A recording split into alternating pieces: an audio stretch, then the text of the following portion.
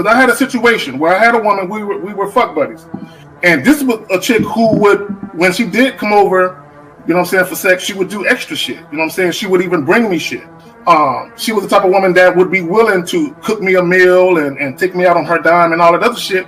You know what I'm saying? So when she hit me up and was complaining about the fact that, you know, you don't take me out, what's up with that? And I told her, point blank, that's not what we do. When I get horny, I call you up. If you're free, I step through. If you get horny, you call me up. If I'm free, I fall through. I'm like, that's it. That's what the fuck we do. Women don't get with guys as placeholders. Do you know how hard it is to get rid of a woman who actually likes you, who actually respects you, who actually loves you? Do you know how hard it is to get rid of that woman? And you're not talking about some hypergamy? This is real simple. The reason why women treat you like shit, the reason why women got an attitude with you, the reason why women fucking diss you and disrespect you is because they never liked, loved, or respected you in the first place. Your whole story is cap, bro. Matter of fact, it's big cap. I'm gonna call you the Mad Hatter.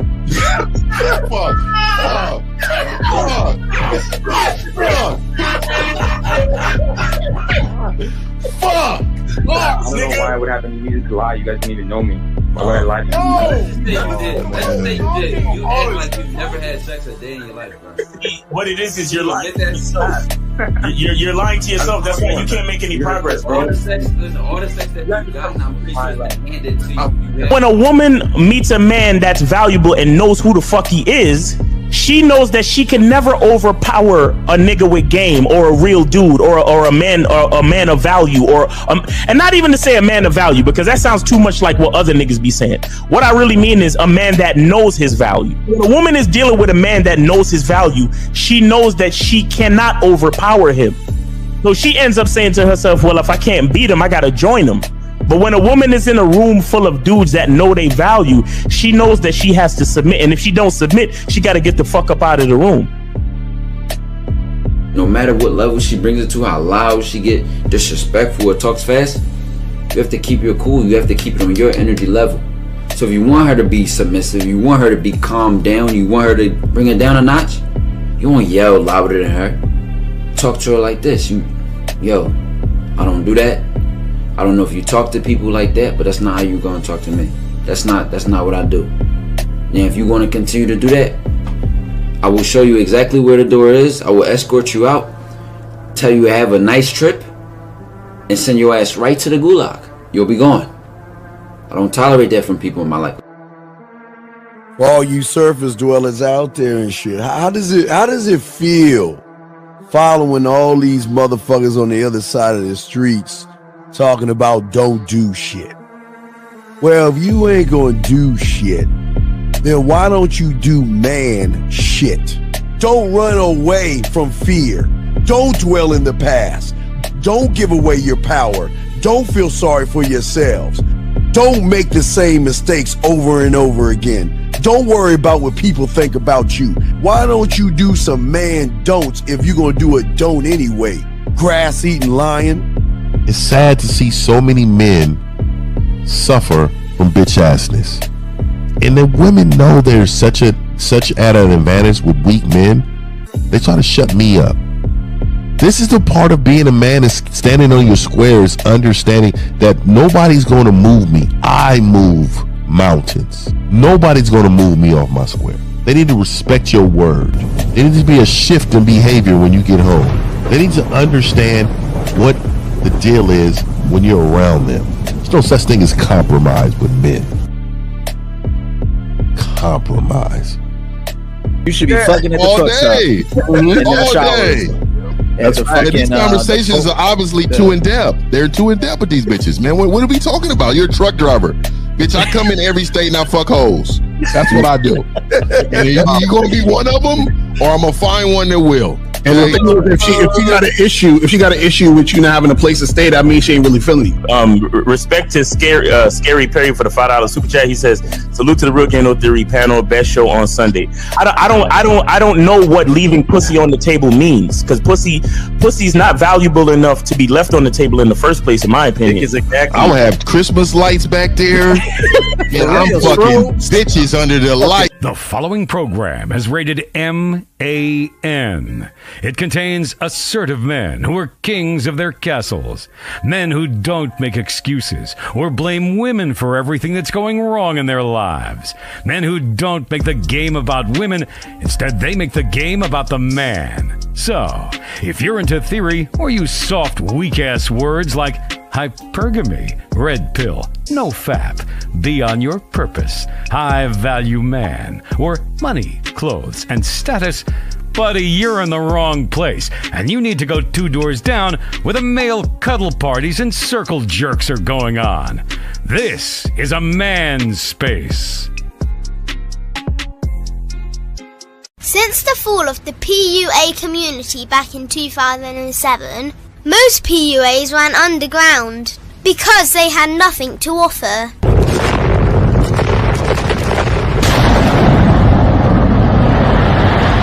The content creator has become the hero today, dedicated to one single objective: to declaw and defang any person who listens. They decided to join forces to create a cult, and never giving those who listen a solution. It's all about clothes, cars and money, deception and manipulation, indirect game, going your own way. They talk pills and plates. They complain. They blame. Fake it till you make it. I just don't get it. A man doesn't need to lie to meet women. He just needs to learn how to spit flavour in her eyes and in her ears. Thanos broke down the game when he said, "As long as there are those who remember what was, there will always be those who cannot accept what can be." Even in darkness, a man can find light. Sometimes the world doesn't need a group of fake heroes teaching lies. Sometimes the world needs a group of anti-heroes to bring balance, order, and truth to the game. It's time to summon the authentic players of the game.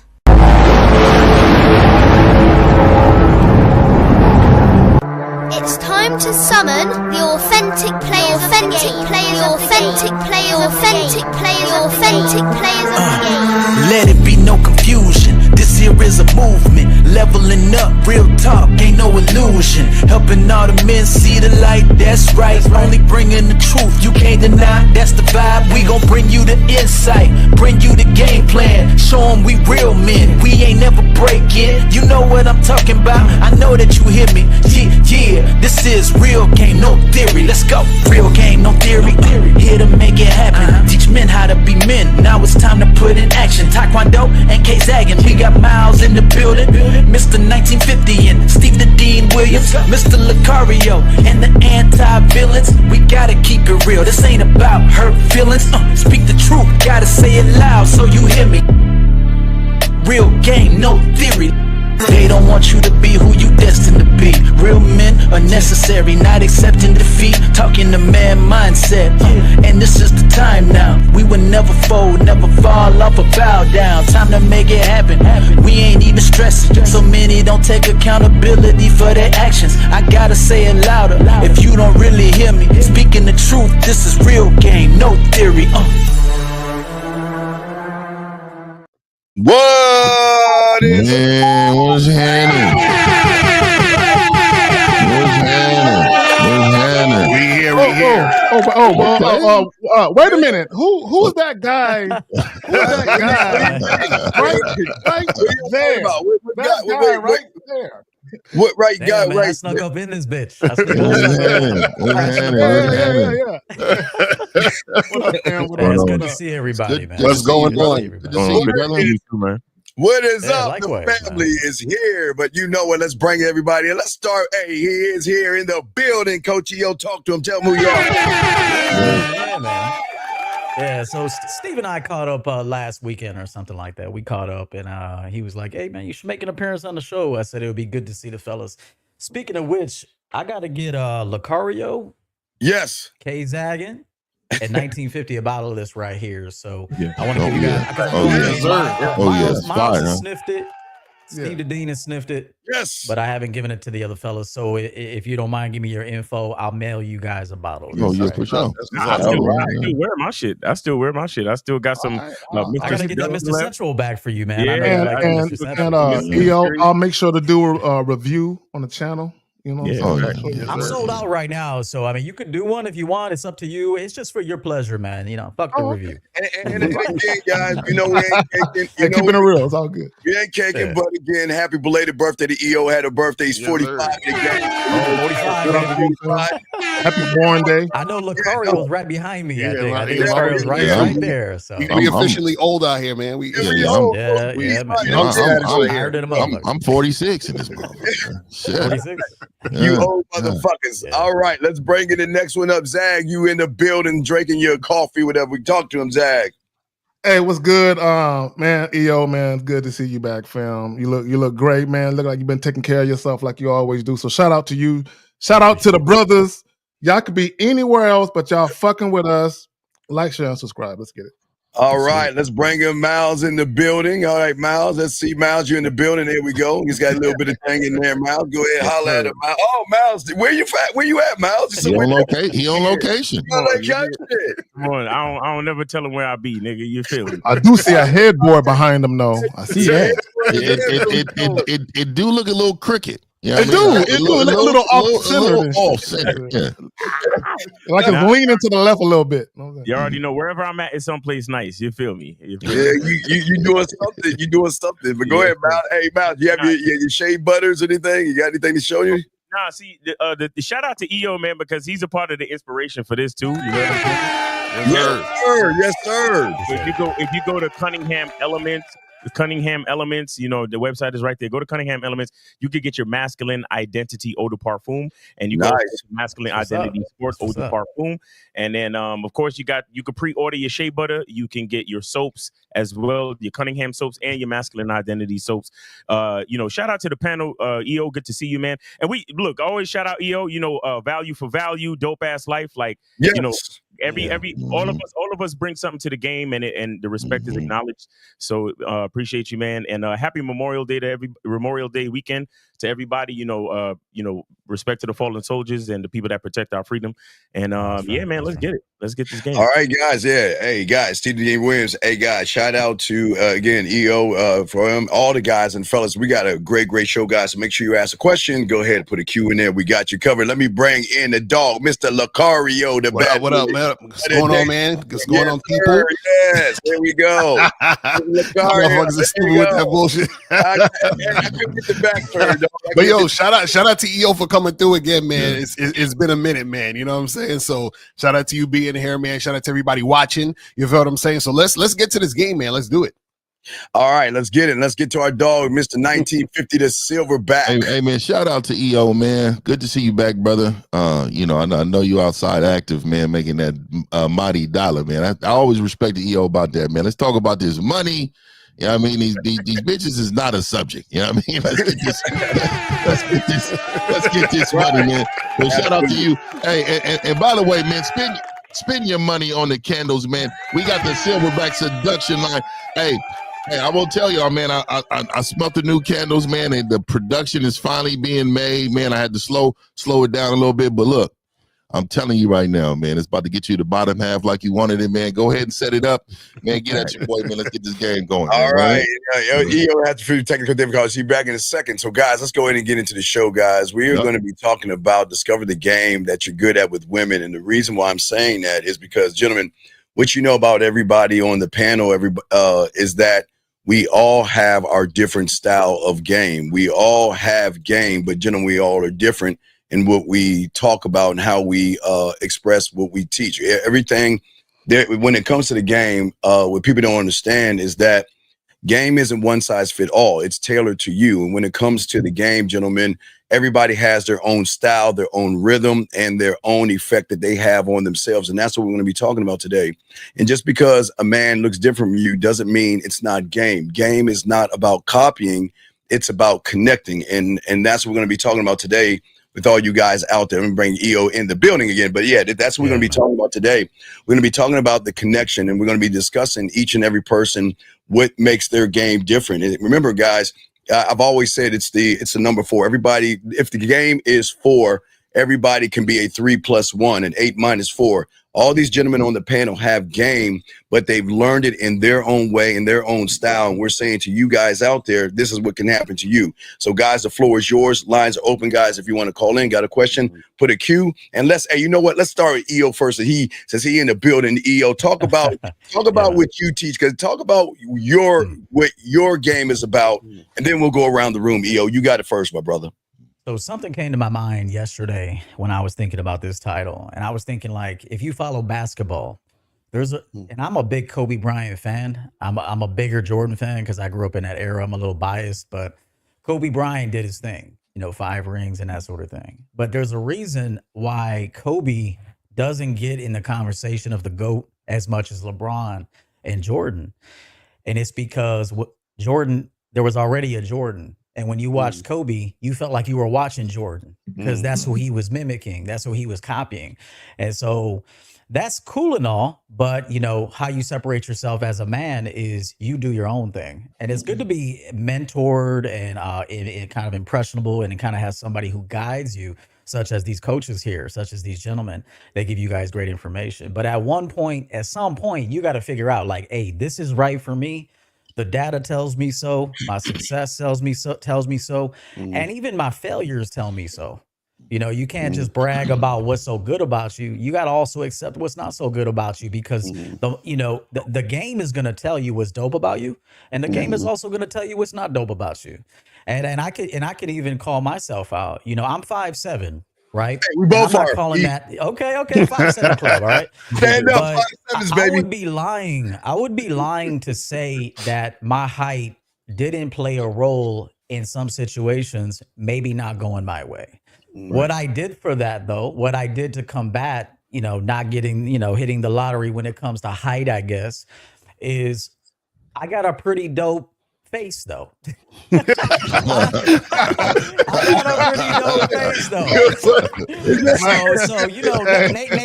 Nature didn't give me the height, but nature said, I'm gonna give you a face, I'm gonna give you some heart, and I'm gonna give you a relentless nature to you that when you want something, you're gonna continue to go after it until you accomplish that. So even my brother told me that. My brother's taller, and one day we were walking to Soldier Field in Chicago. We were walking there, from tailgating. And he said, one thing that you got, you didn't get the height, but you got heart. And out of the whole family, you've got that heart, man. And I attribute a lot of that heart to my charisma, my ability to connect with people, my ability to understand people, and so forth. So guys, as you open these game doors, because life is presenting thousands of doors that you can open, go in, look around a little bit. If that shit seems dope to you and you're getting good responses, then stay a little while. If you go in there and you're like, yo, it's almost like tasting something. You could taste something and right off the buds if this shit is for me or not. Right. You don't have to keep tasting the shit. So, and I think sometimes guys get in the rut of that, like, well, I want to try it again. I want to try that again. I want to try that one thing again. It's like, hey, sometimes if the data's not there and it's not giving you the results that you're looking for, move on to the next door, open that shit and go inside. There we go. Let me hop in there. So this is what I'll say about that. Everyone has strengths. Everybody has weaknesses. One of the things that I've often said is attempt to always turn your weaknesses into strengths and make your strengths even stronger so they can outshine your weaknesses. So EO mentioned 5'7". I wouldn't call 5'7" being a weakness, but I can see how some men would look at it that way, or like they would look at it as a hindrance. So he said, I have a dope face, right? Or I have a face. So what he's saying is, I recognize something about me that women may be drawn to. Let me magnify that. But also he mentioned heart. So it's not just the physical aesthetics. That's just the superficial part of it. But it's the man on the inside. Because you can have a dope face all you want, but if you don't know how to conduct yourself, women are going to deal with you, but only so long, right? So part of it is just understanding who you are. And let me just say this real quick. Whether you believe in higher power or not, God gave everybody something. Some of us, he gave multiple things to. it's your job to figure out what that is and harness it, because there's something that you can give the world that people want from you. You know what I'm saying? But you have to harness that and make sure that when you give it to the world, that you get something out of it. Y'all got it. No, that's real talk. And I'll say this: I think when it comes to mastering the game and things like that, it's really about, you got to really know yourself, because when you guys watch us and we teach you guys things, what a lot of guys do, usually I see this all the time with guys that I coach, is they'll come to me and then they sound like Steve, or they sound like EO, or they sound like Miles, and I'm like, yo, you're stealing their swag. That's not you. You know what I'm saying? Like, you got to figure out yourself. So we're presenting ourselves, but we're just an example to show you to figure out yourself. Do you see what I'm saying? So you can get ideas from us. You can hear certain things, and certain things might click to your own personality and how you do things, but you got to make it your own, because if you're trying to be, just like what Ego was saying, if you're trying to be the clone, like you're trying to be like Michael Jordan, like Kobe was doing, it's not really shining through with what you can do. So certain things will be cool, but at the end of the day, you got to shine in with who you are, because who you are is who you are 24 hours a day, 7 days a week. You know what I'm saying? So that's what's going to really get you to the point where you need to go in your situation. Also, too, is when you understand yourself, then what happens is that you are able to realize and recognize what works for you and what doesn't work for you. And then you're able to really strategize to make things happen in the way that you want it to happen in order to get what you want to get. You see what I'm saying? Yeah, you know, as a 5'7" aficionado, shout out to the 5'7s out there. I didn't drink my milk when I was small, but one thing I realized is that I learned how to create my own world and my own environment. What I learned through the game is I learned that seduction is not about facts, it's about feeling. And no matter what, I always learned that when it comes to a woman and her emotions, there is no criteria for height. So that's why, you know, you can be 5'6" and still pull beautiful women.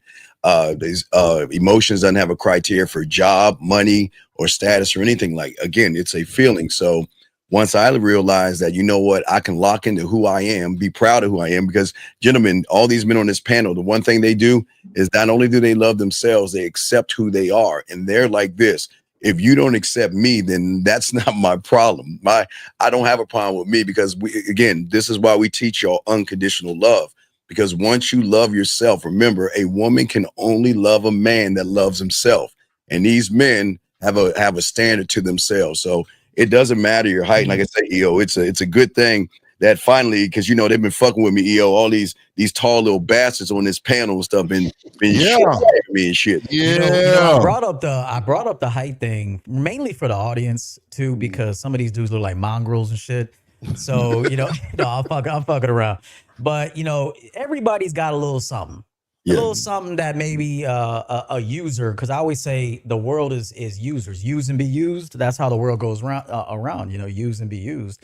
So when a female meets you, she's thinking instantly like, okay, how do I benefit from this man? It could be good sex. It could be good conversation. It could be help me get over my ex. It could be just make me feel good tonight. I'm gonna go back to my man tomorrow, but I'm just squeezing out tonight. There's always an agenda that a female has, and there's always an agenda that a man has. So what we're doing is we're just trying to align two agendas. And every time somebody meets you, they're sizing you up. Dudes size you up too. And they're thinking, okay, you know, and it's something about me being a shorter guy, but I do work on my body. You know, and I do that for me. I ain't doing that. I mean, females enjoy that shit too, but I do it for me. But there's one thing I could honestly say is that I've had a lot of tall friends in my life. And all of them dudes got punked out at one point or another. It's for some reason, the bigger the dude, the more people wanted to fight with him. But when I would go places, nobody wanted to fight with me, because it's an energy thing too. It's a walk. It's how you approach. It's how you look at people. It's how you conduct yourself. They can feel that energy when they're talking to you. So I just thought I'd throw that out there. Everybody's got a little something that, you know, they're like, oh man, you know, maybe I could, you know, I guess life didn't give that to me. So what? Even females are looking in the mirror and thinking they wish they had something, and they're trying to, you know, save face with that. Of course. Oh, and you know, let me talk about. Oh, go ahead, Fifth. Yeah, real quick, man. I want to chime in, man. I'm just gonna say something my father told me years ago when I was really young, man. He said, man, the reason why people call Muhammad Ali the GOAT, and he's lost 5 times, but they call him the GOAT because he says he's the greatest. he moves like the greatest, and he performs that way. And even in his loss, you feel like he didn't lose. He said he was the only person that you would see lose, and you will be like, something must have happened. He must be sick. Everybody giving him an excuse or a reason. Ali, man. You know what I mean? You know what I mean? At the end of the day, when I was a young man, really quick, when I was a young man, I was a straight bully. And I understood, because I was a bully, that being a bully comes with responsibility. You had to be the guy who's always up for the action at all time, right? That was a responsibility that I took on, because when I was younger, I was in the trenches, and you was poor, and you seen things that you wanted, and that was surface level things. You said, you know what, I need that, so let me go get that. And so the mentality of my mind back then was, I'm gonna take, I'm gonna dominate. But then, when, getting the phone calls home, and my pops would be like, hey man, like, hey, you don't need to take from nobody. You just need to shine up what you have, right? And so I took that and the bully mentality, and I said, you know what? As I get older, I'm going to dominate this world. I'm going to bully this world. This world, meaning I'm going to take every resource possible from this world I possibly can, because I work hard. I look good fucking doing it. And you know what? Ain't nobody gonna beat me in anything that I do. I'm a winner. I was born a winner. I'm gonna continue to be the winner. And and again, this word I've created is called winner. That's above winning. I love that shit. I'm put that shit on the t-shirt. I'm a winner. You know what I mean? So at the end of the day, I want men to understand, don't matter where you're from. It don't matter what how much money you have. It don't matter, like you said, how tall you are, the size you are. It's all between your ears. And if you believe that you are valued, or if you believe that you're the person that's supposed to be here right now in this moment, man, you'll be just fine, man. Stop believing that anybody can compete with you. The only competition you have is yourself. And you know what, man? Another thing, man, I've never had problems with women. I don't care. I've had corduroys on with patches on them. You understand me? I've had hush puppies on, at the knees. You know what I mean? At the knees, man. And let me tell you something. This mouthpiece, man, they can't get away from, man. So, man, get like hey, my strength has always been this mouthpiece, and these looks, and I will slap your motherfucking ass if you tripping. You know what I mean? Wait, you said slap somebody in the ass. No, I slap your ass if you trip. I thought you said slap somebody in the ass. Hey, man, what's on your mind, Zach? I'm just saying, I didn't know if your pumpkin latte was spiked, bro. I didn't know. No, I ain't got that, man. I take off, man. I'm had to lose some of this weight.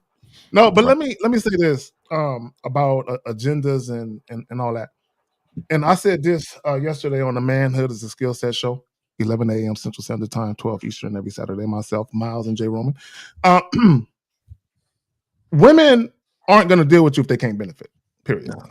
Okay, no matter what, right? And also, when women do shit for you, it's for themselves, either directly or indirectly. Women, whether a woman is washing your drawers, preparing a meal, she's doing it because she's going to benefit directly or indirectly from doing it. And that's okay, right? Where it comes in at is as a man, and EO, you said it earlier about aligning agendas, right? Because a woman's desire to want to cook for you may not be in alignment with your agenda, right? She's doing it for a whole nother purpose that has nothing to do with your purpose. So as a man, this is why we tell you guys, you got to lead, you have to set the tone, you have to dictate everything from the gate, right? So that way, and it's not just your words. Guys feel like they have to verbalize everything to women. Show women. And let me just say this, women don't listen to y'all anyway. Okay, your words ring hollow. You know what I'm saying? So your actions is what they really look at anyway, but y'all got it. Guys, lines are open. Guys, if you got a question, please put a Q. I didn't mean to interrupt. Y'all guys, you got it. Okay, yeah, I just wanted to say real quick, like, when like Lakari and myself, when we suggest to guys to holler at 25 women when they go cruising, or 25 women a day in general, a lot of guys get it fucked up and they think, oh, so I got to put in all this work and validate these women. And see, what guys don't understand is, and I think the big part of understanding your weaknesses and your strengths, as far as the game that you have, right? And finding out the game that you're good at is that a lot of guys are not willing to put in the work just to even find out what they're good at. You understand? A lot of guys are not willing to put in the work to find out if they have any weaknesses. And this is why so many of them hide behind all the tropes of looks, money, and status, because instead of finding out on the individual level what my weaknesses or my strengths might be when it comes to a certain aspect of life, I would rather just say, well, the statistics say if I get my money up, then these will be my results. The statistics say if I have a certain status, these will be my results. So instead of actually finding out who I am, what I'm good at, what I'm not good at, what I'm comfortable with, what I'm not comfortable with, what I thrive on, and what is not for me, instead of doing all of that, I'll just hide behind the generalized, shout out to EO as well, the generalized copes, right? The generalized things that people consider to be a popular notion or narrative to get you in the door, and then they'll continue to hide behind that instead of finding out who they really are. That's why these guys get mad at us, right? Because when they call in, when they come to us for coaching, we hold up a big shiny fucking mirror and we say, no, this is you, nigga. This is you. Right. You're not that guy. Like, oh, you probably got a body count of 200, but no one loves you. Like you fucked 300 women in this world, and not one of them wanted to stay behind and fold your clothes for you. Not one of them wanted to cash app you nothing. Not one of them wanted to cash app you or wish you a good morning, king, or nothing. You understand? All of them just came, took your sexual energy and bounced because since you didn't mean anything to you, you couldn't mean anything to them either.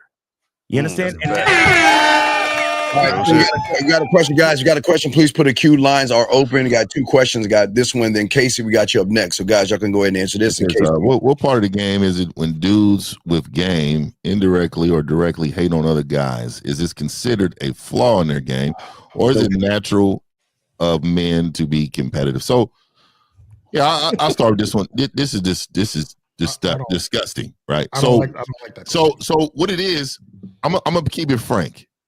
I don't even notice people hating.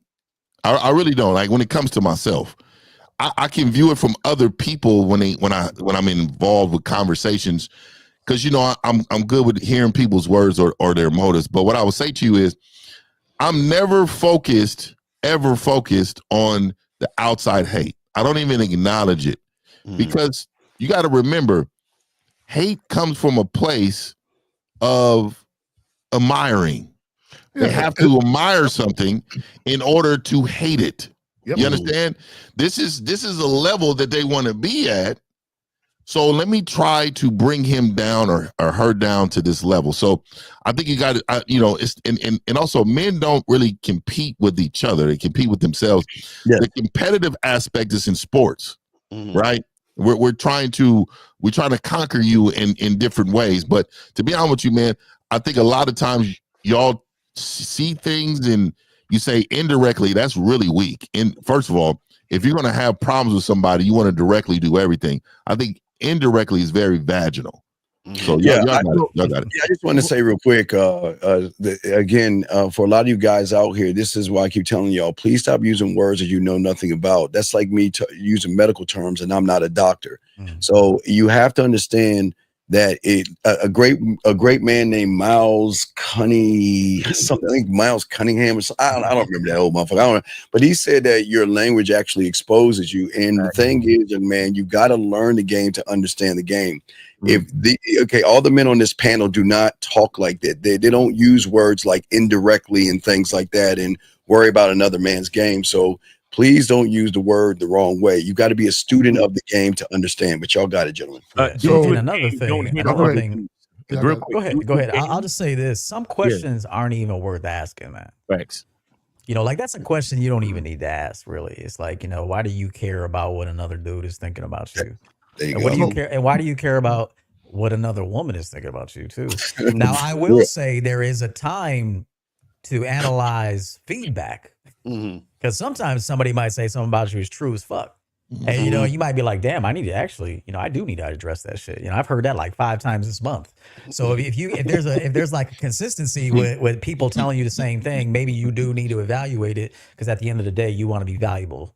And you can't extract value if you don't give value. So that's always been my thing. So if you are getting, I guess, consistent feedback that's of the same vein, you should pause and think about it and be like, okay, maybe I need to evaluate that a little bit. But if somebody that's a one-off or somebody just dirty macking or whatever, that's part of the game too. You have to accept the rules of this game. People are trying to get in where they can get it. And if they got a dirty mac and talk shit about you to try to fuck this broad, then that's their game. Dirty macking game. I'm not gonna shade on dirty macking game or dinner game or simping game or tricking game. If that's how you gotta get bitches, that's how you gotta get bitches. Right. And I'll also say real quick is that you got to understand the difference between someone hating and someone critiquing, because sometimes what happens is you can learn from critique, because somebody might say something about you that struck a chord and you're like, oh shit, like I didn't even realize that, but I'm glad I heard that, because then now that's something I was unaware of. You see what I'm saying? Versus understanding someone just hating, like, oh, fuck this guy, I hate that motherfucker, blah. That's just hate. That's just them being emotional. You understand what I'm saying? So that actually really does nothing for you. You know what I mean? But if someone's actually critiquing something you said or some way that you're being or whatever, that could actually help you grow. Take the critique and say, hey, does this make sense or does it not make sense? Is this accurate or is it not accurate? Because sometimes it could be accurate, just like you were saying, it could be accurate. And you could say, you know what? I never really noticed that. And I noticed that I've heard people say this. So is this something that I'm doing that is benefiting me or being a detriment to me? You see what I'm saying? Because someone could critique you and they're critiquing you on something that benefits you anyway. So it's just they're observing something that is beneficial to you. But then sometimes and then it could be a fucked up thing. That's a fact. True. And it's very feminine too to not be able to be told something about yourself. I think it's a masculine thing to do, to actually, have somebody give you an opinion of you without you getting in your motherfucking feelings about it. So that's another masculine trait, by the way. Yeah. Speaking of masculine traits, and that's where a lot of mentorship and all of that. That was the one thing about sports, was that immediately you were put into a situation where you were learning some discipline, camaraderie, how to work together, and just overall respect, and how to be a part of something bigger than yourself. And here's the thing, right? Because we're talking about game and things of this nature. What people have to understand, not every woman is gonna view you as you see yourself. Right. And EO, you said something important. You were talking about consistency. And what I mean by that is this: if you think you're the dude, if you say, I'm a winner, I'm the man, I'm the guy. Oh, really now? So out of the last however many women you dealt with, what is your experiences telling you? Because your experiences with women are going to tell you whether or not they're confirming what you feel about yourself, or whether or not you think maybe a little too highly of yourself and you got some work to do. Now, I don't like the guy's question because he's talking about hating and being competitive in the same sentence. That they don't go together. Competitive guys don't hate on each other, right? It's usually they respect each other. They just want to win. My thing is this: guys have a habit of asking questions that don't pertain to them. The question that he asked doesn't pertain to him because he's never really been in that situation. And let me just say this: dudes don't hate on guys that don't have anything they don't want. So if you're broke, who gonna hate on you? If you don't get females, who hating on you? Right? You know what I'm saying? So in order for someone to hate on you, there has to be some level of envy. And someone said it earlier: hate and envy, or admiring and hating, is two sides of the same coin. Y'all got it. All right, we got another question from Casey. Then after Casey, we got Joshua next. So Casey, Miles, I guess this is on you. You're up on this one, Miles. Yeah, well, he's kind of answering his own question. Uncovering things is literally from experience, because the cool part about experience is that you get to experience yourself in different situations. Okay, so again, this is literally what I was talking about earlier, is that so many guys are afraid to go through the experience because there's things that are going to be uncovered about who they are that they might not want to see, right? So for example, you have guys, I know guys who are like ultra aggressive, right? But then you invite them to the boxing gym and you say, let's spar, and they don't want to spar. Like because they love to be bullies, but they don't want to get punched in the face. Even with boxing gloves on. You know what I'm saying? Like they love to talk a lot of bravado, they love to do this, they love to do that, but I've seen it. spar. They would never spar. They would never get in the ring and just, you know, throw a couple jabs and a couple punches, because they even with headgear on. You get what I'm saying? So the thing is that yes, you have to go through experiences, because that experience is the best teacher.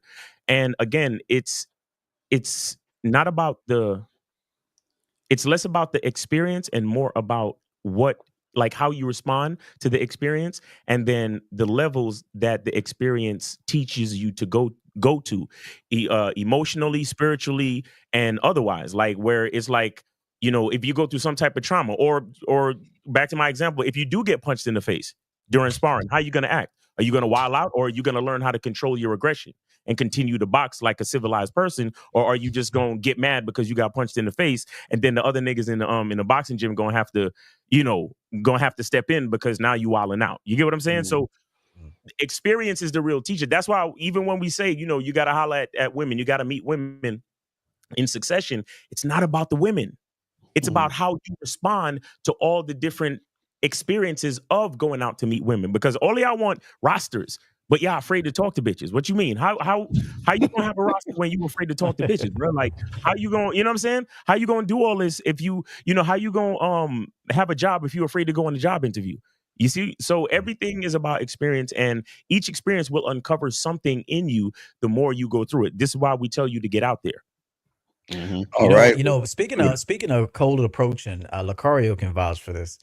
If you ever want to learn how to cold approach, study homeless people. That's a fact. Because those motherfuckers don't care if you say no at all. That's a fact. Like you could, they ask you for something, you say no, they move right on to the next person. Boom, boom, boom. And then the second they get a little something, they're appreciative. They give you the whole song and dance. Thank you, God. I remember the student in Chicago called me God the other day. I gave him a hundo, and he said, "Damn, thank you, God. I appreciate you, God." And then the second he got that hundo, he was off the map, bro. Right. No more asking. So, you know, that's one group of people that if you study, homeless people do not put their feelings into their approach. Thank you, brother. I was about to say that. We have Joshua. Josh, I'll start with this one. Joshua says, I'm 29 years old of age. I have always been shy from women and interaction in general. You all say it's not too late my age for me to start learning. So, Joshua, here's the thing about you that honestly, action is always truth. Joshua, you don't want to learn, because had you want to learn, you would take the actions to learn. And I just want to say this about shy, and please, y'all guys can correct me, but I really feel that a lot of y'all guys use words the wrong way. If you are shy, like you say you are, Joshua, that means you either going to be, okay, what I learned in the game, you're all thing. You're all thing. I mean, you never met a part-time lion, right? The lion is always going to be a lion. So if you guys want to use the word shy, that means when you open a door, you're shy. That means when you grab your wallet, you're shy. What is honest, Joshua, is that you're not shy. It's that there's something that you're afraid when it comes to women, but you utilize the word shy to lock in that word. And I think that's a problem with a lot of young men. I throw to the panel. I think a lot of guys, like, they say they have anxiety and things like that, but when they open a door, grab the remote control to do something, they're doing it like we do it. One thought, one mind, one way. But then when it comes to women, all of a sudden we're shy and we're passive. So I want y'all to talk on this, because I don't believe a guy like that is actually shy. I just think he's scared of women. So he's not shy. He's insecure. He has low self-esteem, and he is not a self-assured man, and he doesn't really like himself. And this is why I say he don't like himself. When you actually like yourself, you can't wait to show the world. You can't wait. You can't wait. It's kind of like when guys say, "Oh, I'm worried about somebody overhearing me talk to a chick." I want you to overhear me. You need some help. You need to be taking notes while I'm talking to this chick, right? And even if this chick ain't with it, I'm gonna say some shit that's so fly, the next chick gonna hear it and gonna be like, "Girl, if you ain't gonna do it, I am." Right? So my point is this. My point is this. And L, you say it all the time about fear and desire. If you think about a one-night stand, right? You would think that, like, let's be practical for a moment when you're talking about one-night stands. Practical wise, is it safe for a woman to leave with a nigga she just met? No. Right, exactly. Right? But her desire overrides that fear. So in his case, and for all you guys, it's not about you being shy. It's about your fear of rejection overrides your desire to bust a nut. That's it. Yeah, I got it. So yeah, so I want to get into the actual word shy. It means feeling nervous, uncomfortable, hesitant, right? A shy person might avoid attention, struggle to speak up, and feel anxious in social settings. All those are vaginal terms. And so, like men, we are masculine, right? So, and man, first of all, Joshua, I don't want to get on you too tough. I want to say you're the first little YouTube that finally got its picture right, took a proper picture, put it on his thumbnail. All these clowns that be having all this old funny stuff on there that's representing yourself, to me, that's clown behavior. So shout out to Joshua for the thumbnail that he has for himself. He representing himself. He's on his way there. He's also putting himself out there in a way to learn. So I can respect it. So I'm not here to beat you down. But what I want to say, and sometimes I got to preface that because I speak very strongly, and sometimes people get very, very funny acting when I start to say things about certain things. But let me say this: compliment sandwich. Yeah. So let me say this, Joshua. I need you to understand when people say hesitant, when people say anxious about certain situation, don't want to speak up, that is not a masculine trait. A masculine trait is when you can come in, be confident, you can dominate the environment you're in, and you can advocate for yourself. So what I would tell you is that society has given you that hesitation. So you're really living your life through someone else's lenses based on what you believe the outcome should be. So you're saying, I'm not enough in this setting. I'm not enough talking to this person. You can never look at self when it comes to these situations because you're authentically you. You just need to perfect who you are. Real talk. So guys, call up 833-859-8744, 833-859-8744. Don't be scared to call up. You know what I'm saying? Call up and let's make it happen. You feel what I mean? All right. Anyone want to get answer Josh's question? We got another question out there. Anybody else? I want to say something about that real quick too. And this might hurt a lot of people, man. But the world is full of a lot of losers, man. And you're gonna be a loser forever.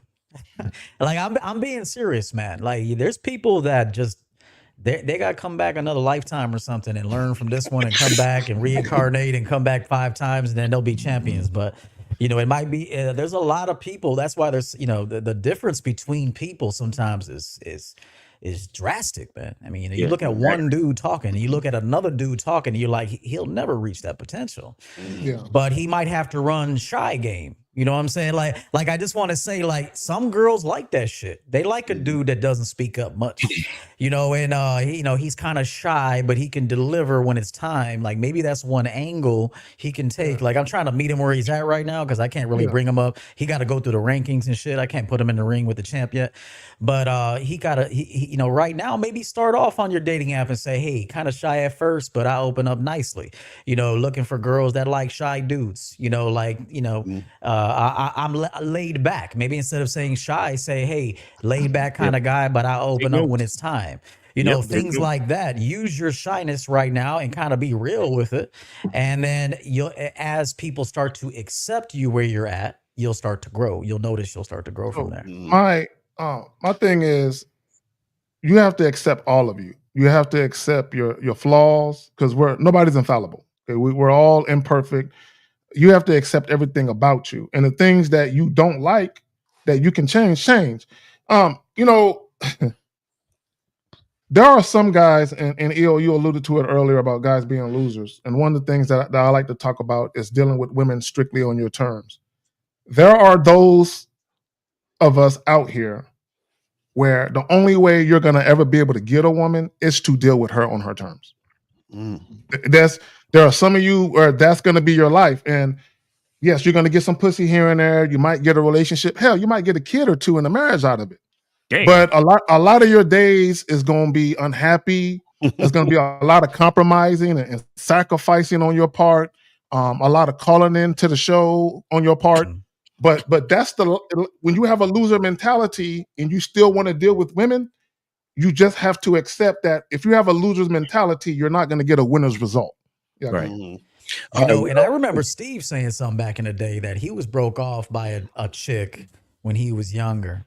Oh yeah. And we've all surrendered to bitches at one point or another. We've all kind of said, all right, man, we've all did some goofy shit. We've all did some goofy shit. You know, yeah, we've all done that. And but a champ is gonna learn from that shit though. He'll lower himself a minute, but he's gonna be like, I'll never do that jackass shit again. I'll never do that again. I didn't like that shit. But he still did it because, you know, he got hormones and, you know, he's trying to break a slump. Right. And so he might fuck that PM bitch and, you know, he may never take her out to see the sun, but he'll fuck her in the PM. So, you know, but every guy's got a little story, you know, guys don't feel so bad. But the thing is, even if you lower yourself to fuck with a broad, learn from it. If you don't learn from it, it was a waste, man. Right. It was a waste. We have another question right here. Phoenix has a question. Phoenix, you should be calling in, but here's this question, guys. Y'all got it. Right. So he said, how does one admit that they have weaknesses and lack in areas, but still develop and maintain the arrogance needed to push through and grow in the game? So this is the thing. It's not really about like arrogance necessarily, but the thing is, this is when you really know yourself, right?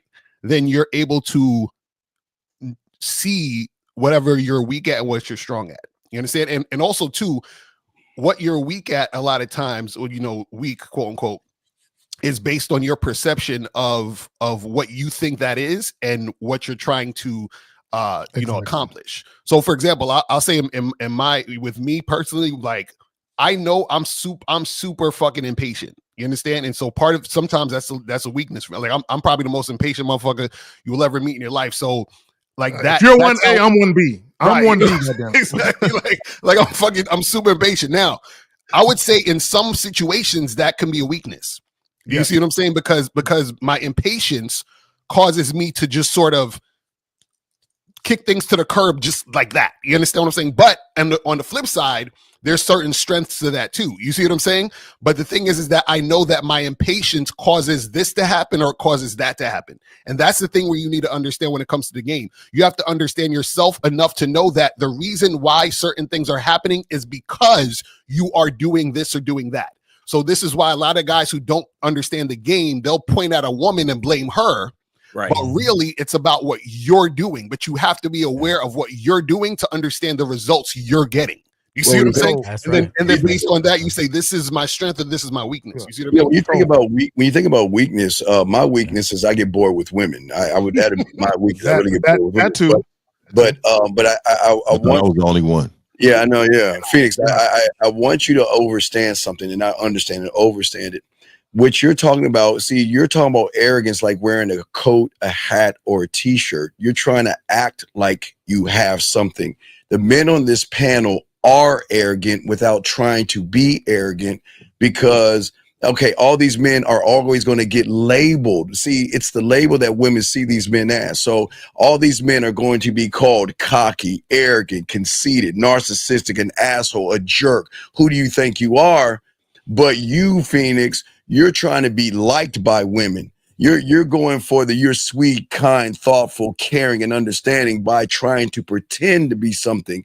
Learn the game, and the arrogance is going to come from within. Like Carl says, the truth is inside of you. EO, value for value. When you guys have these type of mindsets, you're going to be. You don't have to act like, but you'll be. But y'all got it, guys. One last thing, if you don't mind, I'll make it quick as hell. Here's another tip for the audience, because they're kind of, you know, maybe novices right now. They can't comprehend this material, you know, right now. You can monetize any human emotion, because the chick that you might want to get with might have been with a dude that talked a lot last time. So she might be like, damn, I need a laid back dude now. Like, this motherfucker talked all the time, tried to rule me. He was a loser. You know, he had all these rules, but he wasn't a ruler. You know, you can't have rules if you don't know how to rule. If that makes sense. No, that's it's right. like, but don't be surprised that you could monetize any human emotion that you have. First of all, you are human. You probably hit every emotion at one point or another. Learn how to monetize that, because you'll meet a chick who just had, you know, a bad boy or a champion. And then maybe she has exhausted through that kind of energy. She's kind of over it. Now she wants, you know, a laid back dude. Now you know, there's an opportunity. And if you know how to fuck right, well, she'll forget about the bad boy and the champ. You know, if you know how to fuck, you know, Lucario, me, we're out of the picture now. So, you know, don't underestimate the human emotions and how you could monetize every emotion if you're strategic about it. Facts. Can you put his question back up, Steve? The guy who asked the question. I want to highlight something. Okay. So, in Phoenix, you can call up. See, a lot of times when you guys ask questions, it's always in reference to women, right? So when you say, how does one admit that they have weaknesses and lacking areas? A lot of the times you're saying, how can I get rid of weaknesses to get more pussy? And a lot of times your weaknesses are a detriment to you beyond dealing with women. Right. So when it comes to showing up your weaknesses and making your strength stronger, it has nothing to do with women. It has everything to do with the quality of life that you want for yourself. Now, women can factor into that. Women can be a byproduct of that. But a lot of times when you guys start implementing changes in your life, women are too much at the forefront of why you're even driven to make those changes to begin with. So what happens is when you don't get the results you desire, there's resentment, there's animosity. And someone said it earlier about feeling some type of way towards women and blaming women. And that's where like the hatred of women comes from. It's not because the women did anything. It's because you did a whole lot of shit to get the woman.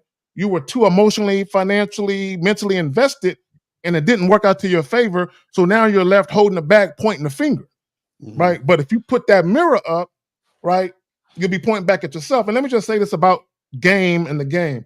A lot of you guys, you need to fucking humble yourself, right? You need to humble. Just like when we talk about women, right? When I talk about deference, humble submission and respect, in order for a woman to actually receive the value from a man of value, she must humbly submit.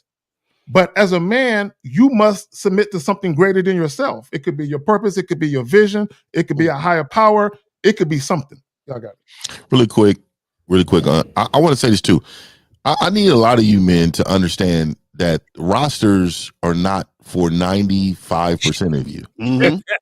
Like, it's a fact. And it's okay. Like you know, some people, they may think about, okay, I want a nice 3 to 4 bedroom house, but all you got is a 1 bedroom condo. And there's nothing wrong with having a 1 bedroom, make it look nice. Hey, you have it looking the way you want.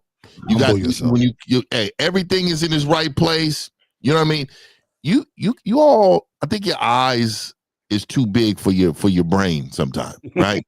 and really, I always try to say this, man, because I think a lot of you men don't have what it takes to organize your own life, to structure your own life, to care about yourself enough to show grace to multiple women. You don't even know what you're getting into. You guys are signing up for something. You guys can't even take care of a brand new puppy, let alone having women come in your life. This is I'm gonna close it with saying this. I think a lot of you men want multiple women because you're programmed to think that is some type of status. It's not because that's something that you feel like, okay, this would benefit my life. Like if I had 5 women with careers and they out here working, that doesn't fit my lifestyle. You know what I mean? But let me organize it. Let me get 3 of them with careers because we're gonna bring in some money. And then those other 2, I need 1 to organize the house, make sure the house is functioning at a high level. And then I need the other one to make sure that everybody else is falling in line when I'm not around. So again, this is something that you men don't understand. You guys mostly are all about, look, let me say this. I've been a person who really have not thought about a woman in weeks. Like if I'm hyper focused on what I got going on, man, I have not thought about a woman in weeks. But when you are the guy, they think of you, they insert themselves with your lifestyle, and they say, you know what? hey, what are you doing? That reminds me. Oh yeah. Oh yeah. You know what I mean? So I want to let y'all know, man. Hyper focus on your on what you got going on with your purpose, and I'm telling you, man, everything else will fall in line. You got a question you know, if you set up a rotation correctly from the jump, you don't have to manage it every day. Yeah. Most of the time, you guys fuck up your rotations because you talk to them every single day, and eventually you're gonna say something that turns them off anyway. So, and you gotta understand that the females want you to talk to them because they want to lose attraction to you. Okay, this is a survival mechanism on a woman's part. The more she gets you to talk, the more she knows you're gonna turn her off, and she feels better about that. Right. But when a dude knows, like, talk to her when necessary, set things up on Thursdays. You know, Thursday is your slot, baby. I'll talk to you that morning, and I'll see you that night. And after that, I'm not talking to you. Those rotations tend to last longer. But when you be like, good morning, good night, did you eat Panera today? Send me a photo of your motherfucking Chipotle. All this shit you're doing, she's going to lose attraction to you. So just remember, it is a survival mechanism on a woman's part to get you to talk more, because she knows eventually the mask will slip. You're going to show some pussy shit, and then she doesn't feel the same way for you. That's a woman's game. A woman's game is, damn, I can't figure him out. He's kind of, he's firm in his convictions. He's firm in his decision making. He's firm on his schedule. And when she sees you're like that, she stays attracted to you. When she sees, oh, damn, I can text him. He'll answer right away. He'll text me good mornings and put your mittens on, and it's cold outside, and, snow is on the way and all this bullshit. That's when you lose the rotation. So get in the habit of scheduling it properly and trust the schedule. All right, guys. We got a caller? Yeah, we have a caller. Guys, area code 706. What's your name, sir? What's your name, age, city, sir, and your question? My name is Ed, age 26, city Athens. Shout out to the panel. Shout out to everybody. Hope y'all doing good. All right. And my question is, how do you get rid of a woman within like a timely fashion, but in like still respectable? Let's say like for like a one night stand situation. Okay. Okay. Go ahead, Fifth. My bad. Go ahead. All right. So let me ask you this first. Before you had a one night stand, what was the conversation? Well, ask him if he ever had one though. Have you ever had a one night stand? Multiple. Caller. Okay. So yeah, he said multiple. So caller, what was the conversation you had with this woman? So the conversation. So it happened like this. I went to two places last night. So I went to two clubs. The first one, I met this one girl, got her number, told her what I wanted to do, wanted to hook up with her. She was down. She took my number, and she texted me later when I met this other girl at a different bar, and we just flirting, we just talking, kissing, doing all that. Kissing? He was also down to come back to my spot. Go ahead. I was basically trying to set up two back to back within the same night. But the second girl I met, we talking, but like she already knew what it was. I told her I'm not doing spend the night. It's going to be within like 30, 40 minutes. And then she asked, can you take me back home? And I let her know, yes, I can do that. Take it back to you after we're done doing our thing. So caller. So are we talking? Okay, which one was the one I said? You named two women. Yes, on the same night. Right. On the same night. So which one was the one night stand? The second one was the one I had the one night stand with. You said the second one? Right, the second one, I was like talking. So you flaked on the first. Wait. You flaked on the first chick that texted you. You flaked on her. I didn't flake on her. Like, bro, no, bro, stop it. The first chick who texted you. The first chick. I gotta give him my back. What did you do? What did you do after she texted you? The first chick who texted you. Yes. What did you do? When she texted me, she said, "Hey, this is such and such." I'm all like, "Babe, you trying to meet up later?" And she said, "What time are you thinking?" And this is all while I'm still talking with this other girl. Okay. You see what you did? Stop right there. Shut up. Can you put up what April said, Steve? She said greedy at 11:57. So you had. This is what you did. You had one. Let me ask you a question. I'll ask you this question and I'll be done with it. The second chick, was she more attractive than the first chick? I mean, both of them look. No. That's not what I'm asking you. There's levels.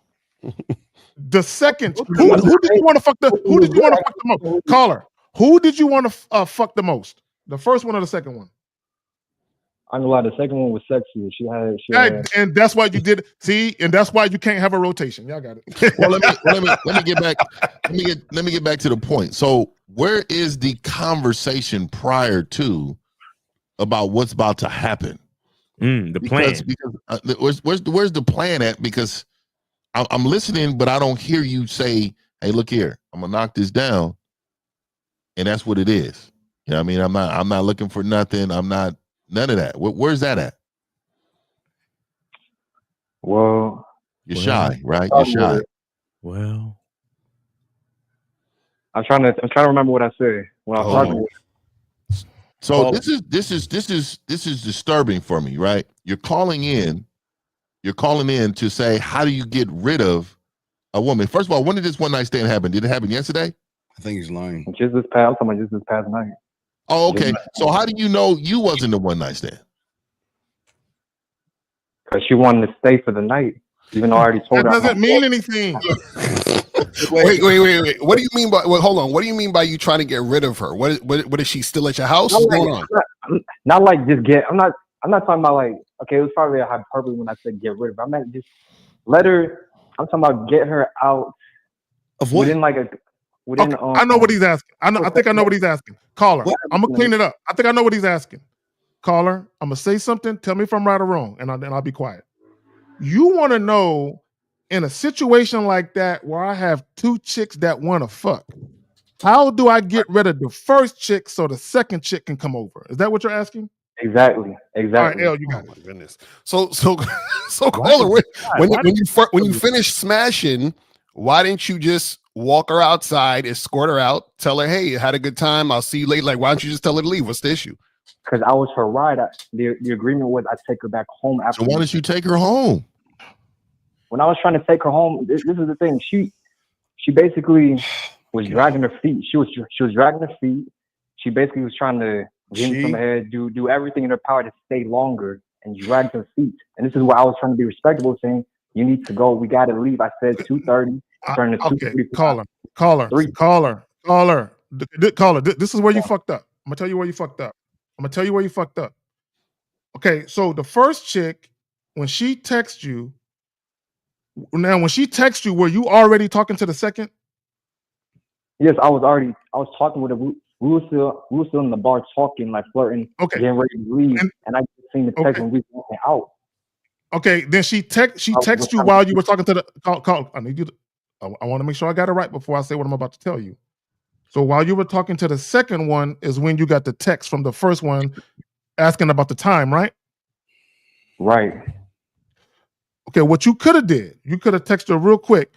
I'm gonna hit you up in about an hour, and then you could have went to the listen. Then you could have went, took the other chick, knocked it down, took her ass home now, and then hit the other chick up. He doesn't have that time. Man, I got a problem with something that this guy did, okay?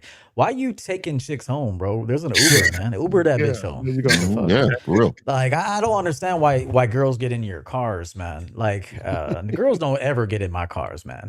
Cars are for me, or a main chick. I agree with the ride, and there's a thing called Uber, man. Even if you paid for it, fuck it, get her out of there, bro. Just say, hey, you know what? I got to get up early. I'm going to Uber you out of here. Let me know when you get it home. And we'll hook up, maybe we'll hook up sometime next week for a round 2. Like, Uber her out of your crib, bro. What you mean you're driving them home? That's a bad move. Always get an Uber for a girl, man. Yeah, I think he probably told her he'd drive her home because he thought that'll make it. That's what I was trying to get at. That's what I was getting at. He was begging for the That's what I was getting at earlier. Like, why are we making promises to any bitch? Yeah, I don't understand. I don't understand that part, man. Yeah, I'm trying to understand something, caller, because I would ask Miles. I would ask the car to play the music, but I don't think April has had the conversation with him. But what I'm saying to you, caller, you sound like you're lying, and I tell you why. I don't want to grab my belt and be undefeated in this. Didn't you say you have several one-night stands? Yeah, I have. So this is why I know you're lying, because if you've had several one night stands, you would know how to handle a one night stand. Right. You wouldn't need to call us asking us something basic if you actually were doing the things that you were doing. And the number two fact is that I think when Fifth asked your question, you said you didn't know what you said. How is it that you didn't know what you said when you can tell us about your fifth grade teacher, your second grade teacher? How is it that all of a sudden you have this blindness where you don't know what you're saying? I think you're lying, dog. I think there's something that you're saying. You know what it is, Steve, too? If you hear him and what he's saying, like, how did this woman leave? How did she end up leaving? Home. So you gave her a ride home. Yes. Okay, so let me say this really quick. And this is why men have problems managing women. Right. I would have told the other woman, first of all, this texting, hey, look here, I got something on the rope tonight. But you know what, tomorrow, I got some time in between this time. You know what I mean?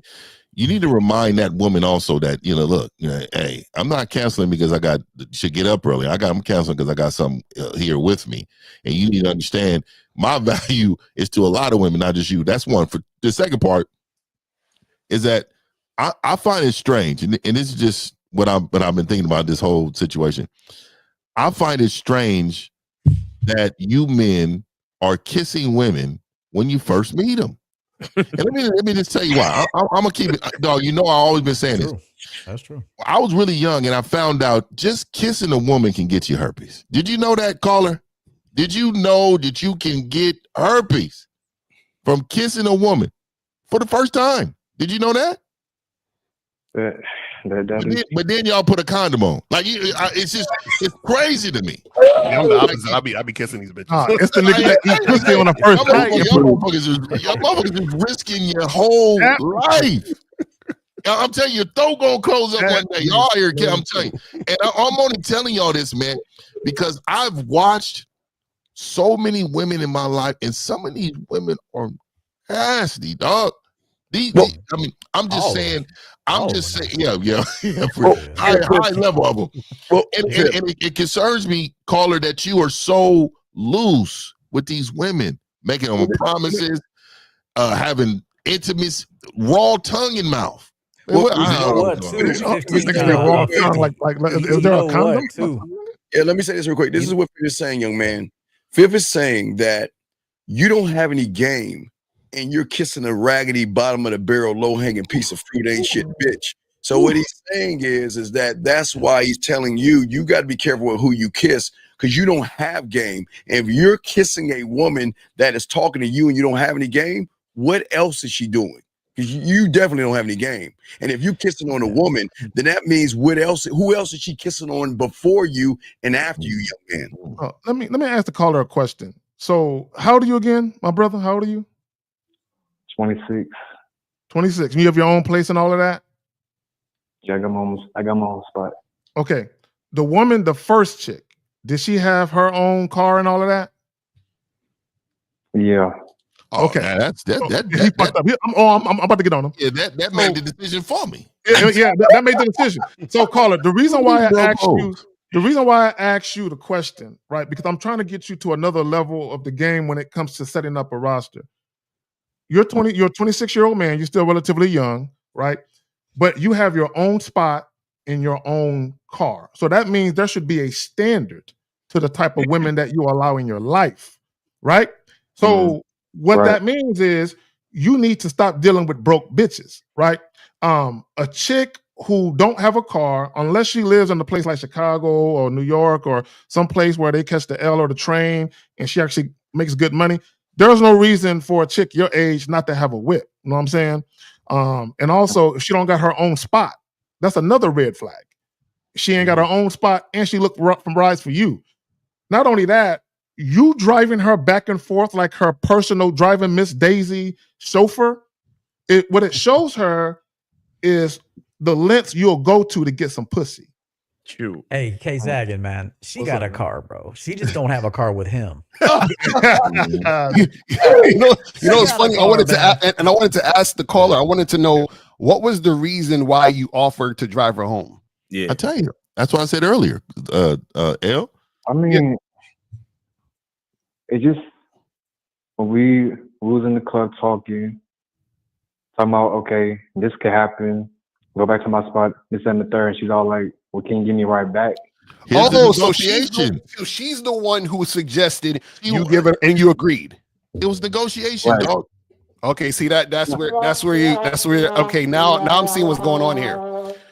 That's where you fucking up. See, what happens is that you're in situations. So this is the thing. You could be having one night stands, but the thing is, this is what you guys got to understand. This is why having sex itself does not mean you have game.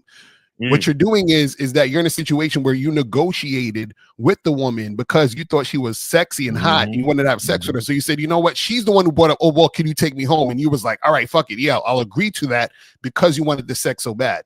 You didn't have a protocol or a way that you do things when you deal with women with one night stands, which is why you were having the issue in the first place. Do you see what I'm saying? Because if you were like, hey, I'll bring a chick to my crib, she got to get her Uber, go home, and that would have been it. You would have told her, no, I can't take you home. You understand what I'm saying? But you agreed to do it because you wanted the pussy. But also the first chick, caller, check this out. Okay, one of the things that we talk about and that I talk about is dealing with women strictly on your terms, even sex. Guys, y'all have sexual autonomy too, meaning you can pick and choose who you're fucking at a time of your choosing and the scenario surrounding the sex. The first chick, right? You told her what was up. You say, hey, hit me up if you with it.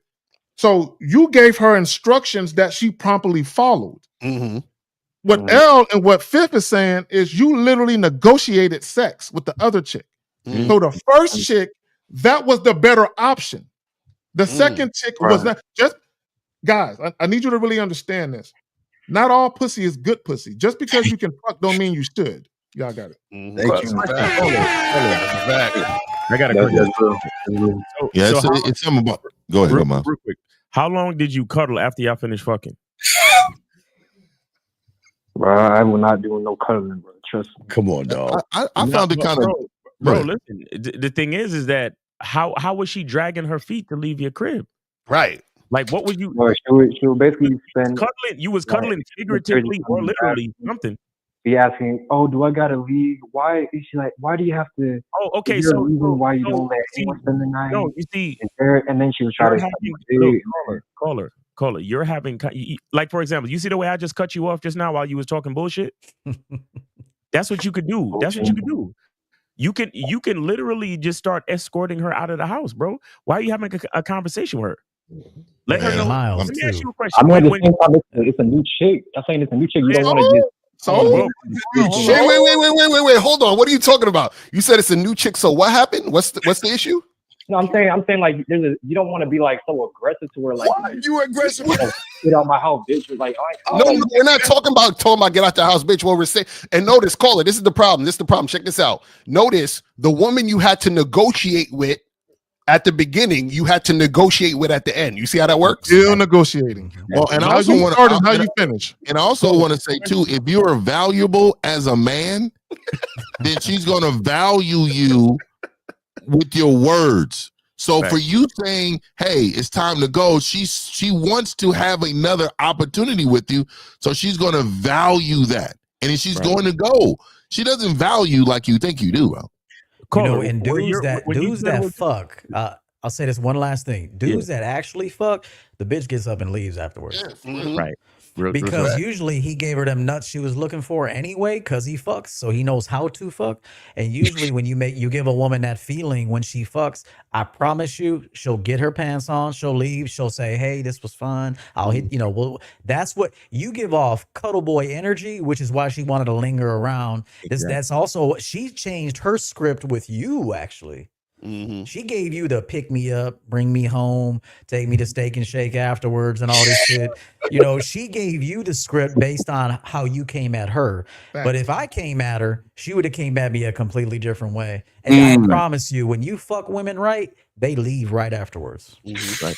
Caller, when you were telling her it was time to go, did you have your clothes on? Yes. You sure? I'm positive, and she literally had it. While you were getting your clothes on, why didn't you make sure she was putting her clothes on? because she kept on saying, "Oh, I left my charger here. I think my thing over here that is missing. I gotta find." I'm like, "It's right here." And she just, Call her. Hold on, real quick. Let me talk to him. Bro, how you let chicks come into your house and just leave shit in multiple places? I mean, using your electricity with a charger? That's what I'm saying. Like, bitch, you can't plug your shit up in my crib, bitch. I mean, you are way too comfortable. You are way too comfortable to be charging your phone in my house. Bitch, that's gonna be $5, bitch. $5. My electric bill is gonna fill that, bitch. Like, I need to charge you. So, bitch. caller, do you realize that? Do you realize as soon as you told her you were going to drive her home on her request, that's when everything went out the window? Do you understand? That's when everything fucked up. Because now she felt, oh, okay, well, I can ask for something and he will do it. So if I'm at his house and we have sex and I ask, can I stay? I'll probably be able to stay. You see how that works? You give them an inch, they take a mile. So this is what we're saying, caller. You have to be careful about how you interact and talk with women, but understand the way that you're interacting and dealing with this woman is based on your mindset. Your mindset is, I need to do this for her to get sex. That's where you're fucking up. Your mindset is still that. Also, L, so you're going to do that again. Another thing, caller, let me ask you a question. When you was in the spot with this young lady, who approached who? it's like she caught. No, please, no, wait, please. No, answer the question. Who approached who? Thank you. I approached her. Okay, why? Why did you approach her? Because what, did she look at you or stare at you or something? Is that why you approached her? Looking at me. Oh my. Okay, she cool. the choosing signals. So exactly. So I'm going somewhere with this though. So when you walked over there, who was the one that broached the topic of leaving or sex? Who broached it first? Me. Okay, and when you broached it, how soon did she jump on it? I ain't gonna lie. She did, like you said. She was lingering, thinking about it. Okay. So let me ask you a question. Let me ask you a question. Did it ever occur to you? Now think about something. She at this spot. You're trying to take her up out the spot. She's saying, I need a ride home. Did it ever occur to you? How did this bitch get here to begin with? Did it ever occur to you how she got there? Right. It occurred to me. I started thinking about it when I dropped her off. I ain't gonna lie. I started thinking about it when I dropped her off. That's too late for that. So caller, I said all that to say this. She didn't fuck you because she wanted your dick. She fucked you because she wanted a ride. And I'm telling you, she wanted a place to stay, probably too. Yeah, and I really think exactly, and that's why she didn't want to go. Hey, and I really think she had some all black Air Force Ones on too, dog. You know what I mean? I get that vibe from her right now. She was out there trying to get a mark. And you told me one thing. I heard something you said earlier. You said when she was trying to leave, she was trying to give you head and stuff to stay. Yeah, like what the that is broke woman energy, homeless energy. And I think you dodged the case because I'm telling you that was next, bro. Like I'm telling you, he almost had a squatter. He would have had a squatter if she would have let her stay. I'm telling you right now, dog. She's about to get mail delivered to that house within 24 hours, dog. She's about to have steak in your crib. I actually had a client that happened to him. Fifth, I had a client. He was fucking this chick, and a package appeared at his door with her name on it, dog. Hey, I'm dog. like, say, dog, did you check her? Did you check her? She just has some shit mailed to your crib. This is a pure sign. Is she's charging her phone and she folded her clothes right next to, and she got everything together. The bitch is homeless. See, most homeless people don't have stuff. She already has a junk drawer. She already has a junk drawer. Like her shit, her hair, all that shit is in that drawer. You gave her too much access, bro. You tongue kissed her. She already knew. Okay, I got him. He is already in my mouth. Did you buy her a drink? I know you bought her a drink, right? Tell me you didn't buy her a drink. You bought her a drink. I didn't buy her none. She had her own drink. I didn't buy her. Bro, so you said this is a bar, right? Hold up. It's a bar, but I didn't buy her anything. Okay, so give me a scene. She was sitting there by herself. How did you talk to her? I just put up on them all like, I was like, "She what's good with you? What's your name?" And we started talking, but she was about what? No. About what? What did you talk about? Give us the play-by-play. Shout out to our dog. Shout out to King Dre. Shout out to Dre. Call and talk to us now. Come on, we need to hear this story. How did you get into the crib? Give us the play-by-play. All right, play-by-play. I pull up on her. I see her. I'm like, "What's your name?" She tells me her name. I'm all like, "You fine. You look good." And she's all like, "Oh, appreciate it. Thank you." And then we just start talking about just some whatever, just random shit. And let's see what she drinking. I'm like, what you drinking on? What you sipping on? She just showed me. I take a sip. And hold on. Hey, I'm telling you. What? I'm telling you. So you took a sip from her alcohol. You drunk from her glass, her straw. Is this what you're telling me? I'm telling you, dude. I'm telling you, a lot of you men care about your mental health. You don't care about your physical health, dog. You need to go get tested tomorrow. Because you out here in these streets wilding. And I'm telling you, if something swell up and you like, I'm telling you. Wait, bro, caller, did you hit it raw? Did you hit it raw, caller? He had to hit it raw. I had a condom. Okay. So why would you put a condom on, but your mouth been all in her? I mean, caller, let me ask you a question. Man, Caller. I'm trying to teach you young men, man. Don't do none of that stuff, man. Don't be all in women's mouths and don't do none of that, man. I'm telling you, man. He's drinking after. Let me ask you a question, caller. When you dropped her off, where did you drop her off at? Like in the slums, behind her cars. I don't know, just in front of her house. It was. Are you sure? Did you see her? Did you see her go in there?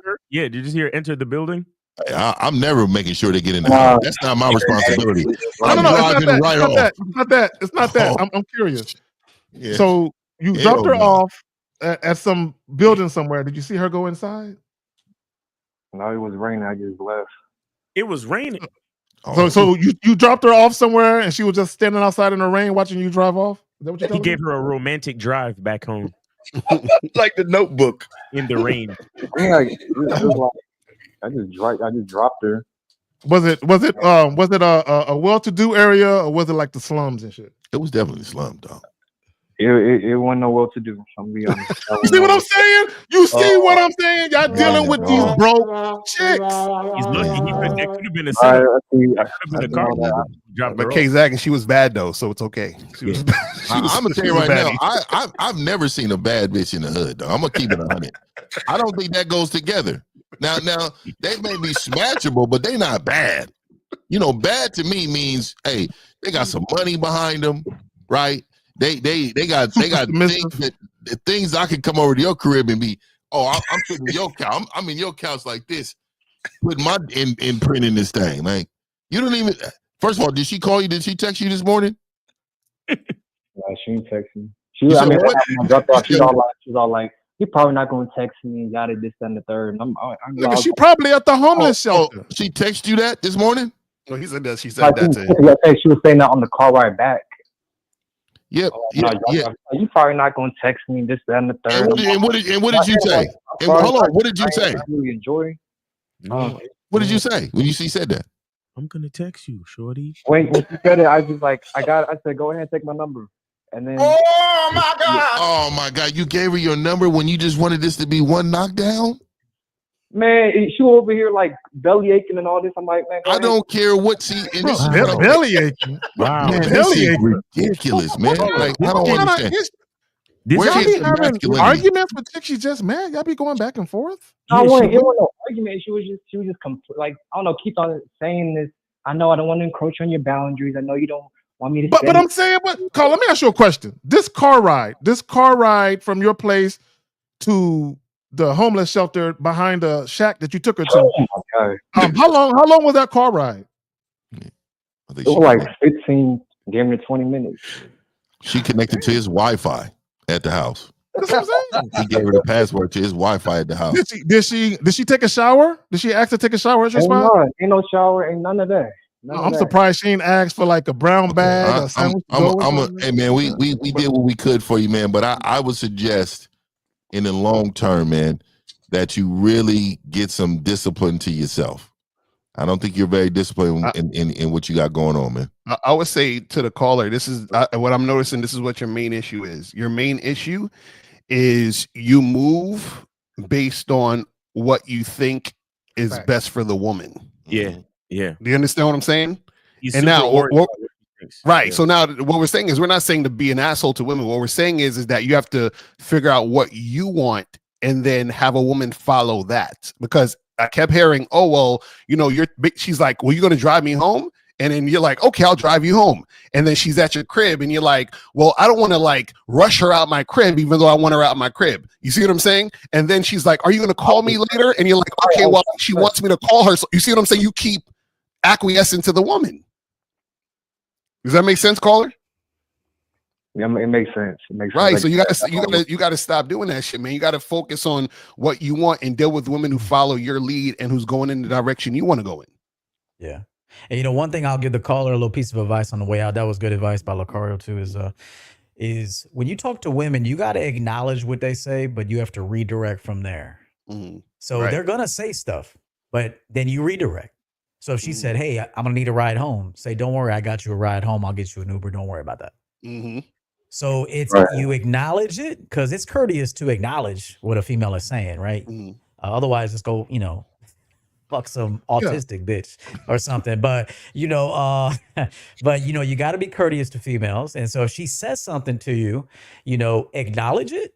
I understand, no problem. Don't worry about a ride. You'll have that. We're good. So, get these females Ubers, man. That's what they're there for. Get her a lift. Don't put her in your ride, man. So. Yeah, and let me say this, guys. Y'all have been conditioned to believe that if a woman lays down with you sexually, that you owe her some extra shit. Mm-hmm. Right. And a lot of y'all, y'all got dollar store dick. Okay. And what I mean by that is this: when you actually know how to fuck, you feel like you gave the chick too much. You feel like I feel like I'm owed something. You know what I'm saying? like I'll be feeling that way. I'll be looking at the chick like, man, bitch. No, I fucked this bitch too good. All them orgasms she had. Bitch, go cook something. Right? But real talk though, a lot of y'all have to realize, and this is how you actually know when women actually value the sexual experience with you, is when they try to make the shit easy for you. Mm-hmm. Right? You're so busy trying to make shit easy for the woman as if her vagina has all this value and your dick is secondary. Mm-hmm. Right? So I said all that to say this. You might get some sex, but you're going to struggle with women bringing their A game. You're never going to get a woman's A game. Okay, I've said this about sex. Sex is the lowest form of investment. When you deal with women, they're going to start acting like sex is super important because of how you're acting. Mm-hmm. So the chick who you dealt with, that's basically how she treated you. She treated you like your dick is not enough. I need more. Right. I just want to say this, like EO said it best. If the woman doesn't even deserve to be in your car, why would she deserve to be in your place? If you're doing these one night stands, unfortunately, because you have no game, I would at least take her to a hotel or something like that. Why would you bring a woman to have access to your place that you don't even know, who can double back later on and probably rob you or something because you're so open and easy? And women can see you as a mark. So please, young man, don't grab a woman's drink and drink out of it. That has got to be the most sickest, disgusting thing. But what's sad about this, I don't even think the woman is as disgusting as you are. That woman is pretty fucked up. But for you to drink out of a complete stranger's glass without knowing who that is. And then for her to allow it, Steve. For a woman is to allow it and then be like, oh, okay, it's good. Yeah, okay. One thing, young man, you know about these men on this panel, we get pussy. You want to know why? Because we have this weird thing called a standard, meaning that you don't even deserve it. As a matter of fact, EO and I used to always talk about this. You might not even deserve my nut. The fuck you mean deserve a little bit of this dick? I'll give you a few strokes, but you might not even deserve this nut. But look at you. You giving her everything. The house, the access to the phone, access to the phone. You're giving her all this. The charger, all that. So, young man, you got to learn this game and stop being so goddamn desperate, dog. That's weak. And the last thing, man, for caller, real quick. Prior to this woman last night, when was the last time you had sex? Probably like 2 weeks ago. So it seemed like this woman became almost a need for you in your head. You see, what I'm saying to you is that you should never put yourself in position to lower your standard. She may have been your standard. So let me stop there. But I would never give a woman a time of day that didn't meet several criteria. I don't care what she has on. Carla, you really gotta, because look, we you dropped her off at. I'm sure her whole. I can just see her outfit in my head. I'm sure she is mirroring that area with the all black Air Force. I'm telling you, with the all black forces.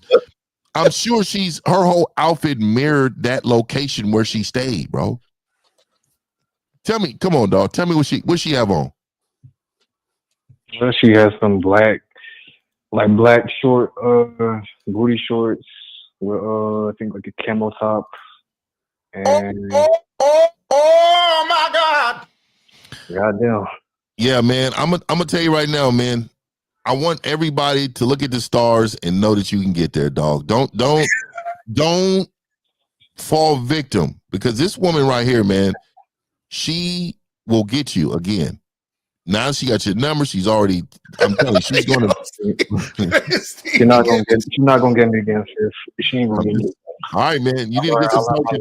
You need some coaching. You need some coaching. You need to start from scratch. And I really believe that you're having sex with these women, but you don't have a plan for your life. So you probably need to. That all needs to align, because I think right now you're out here chasing and you just need to get a good plan for your life, man. So go ahead and get one of the coaches out. All right, caller. We'll throw you in, guys. We appreciate you guys. Lines are open. Thank you, caller. Guys, lines are open if you want to call in. Guys, got a question, please put a Q, but this is not a good thing. But let's get to the questions. We have questions right here. Oh, shout out to DW right here. Yes, sir. Thank you very much. Let's get to some of these questions right here. Oh, EO, I'm sorry. There was a question here. We can get a chance to get your opinion on this. EO, here's a question for you, my brother.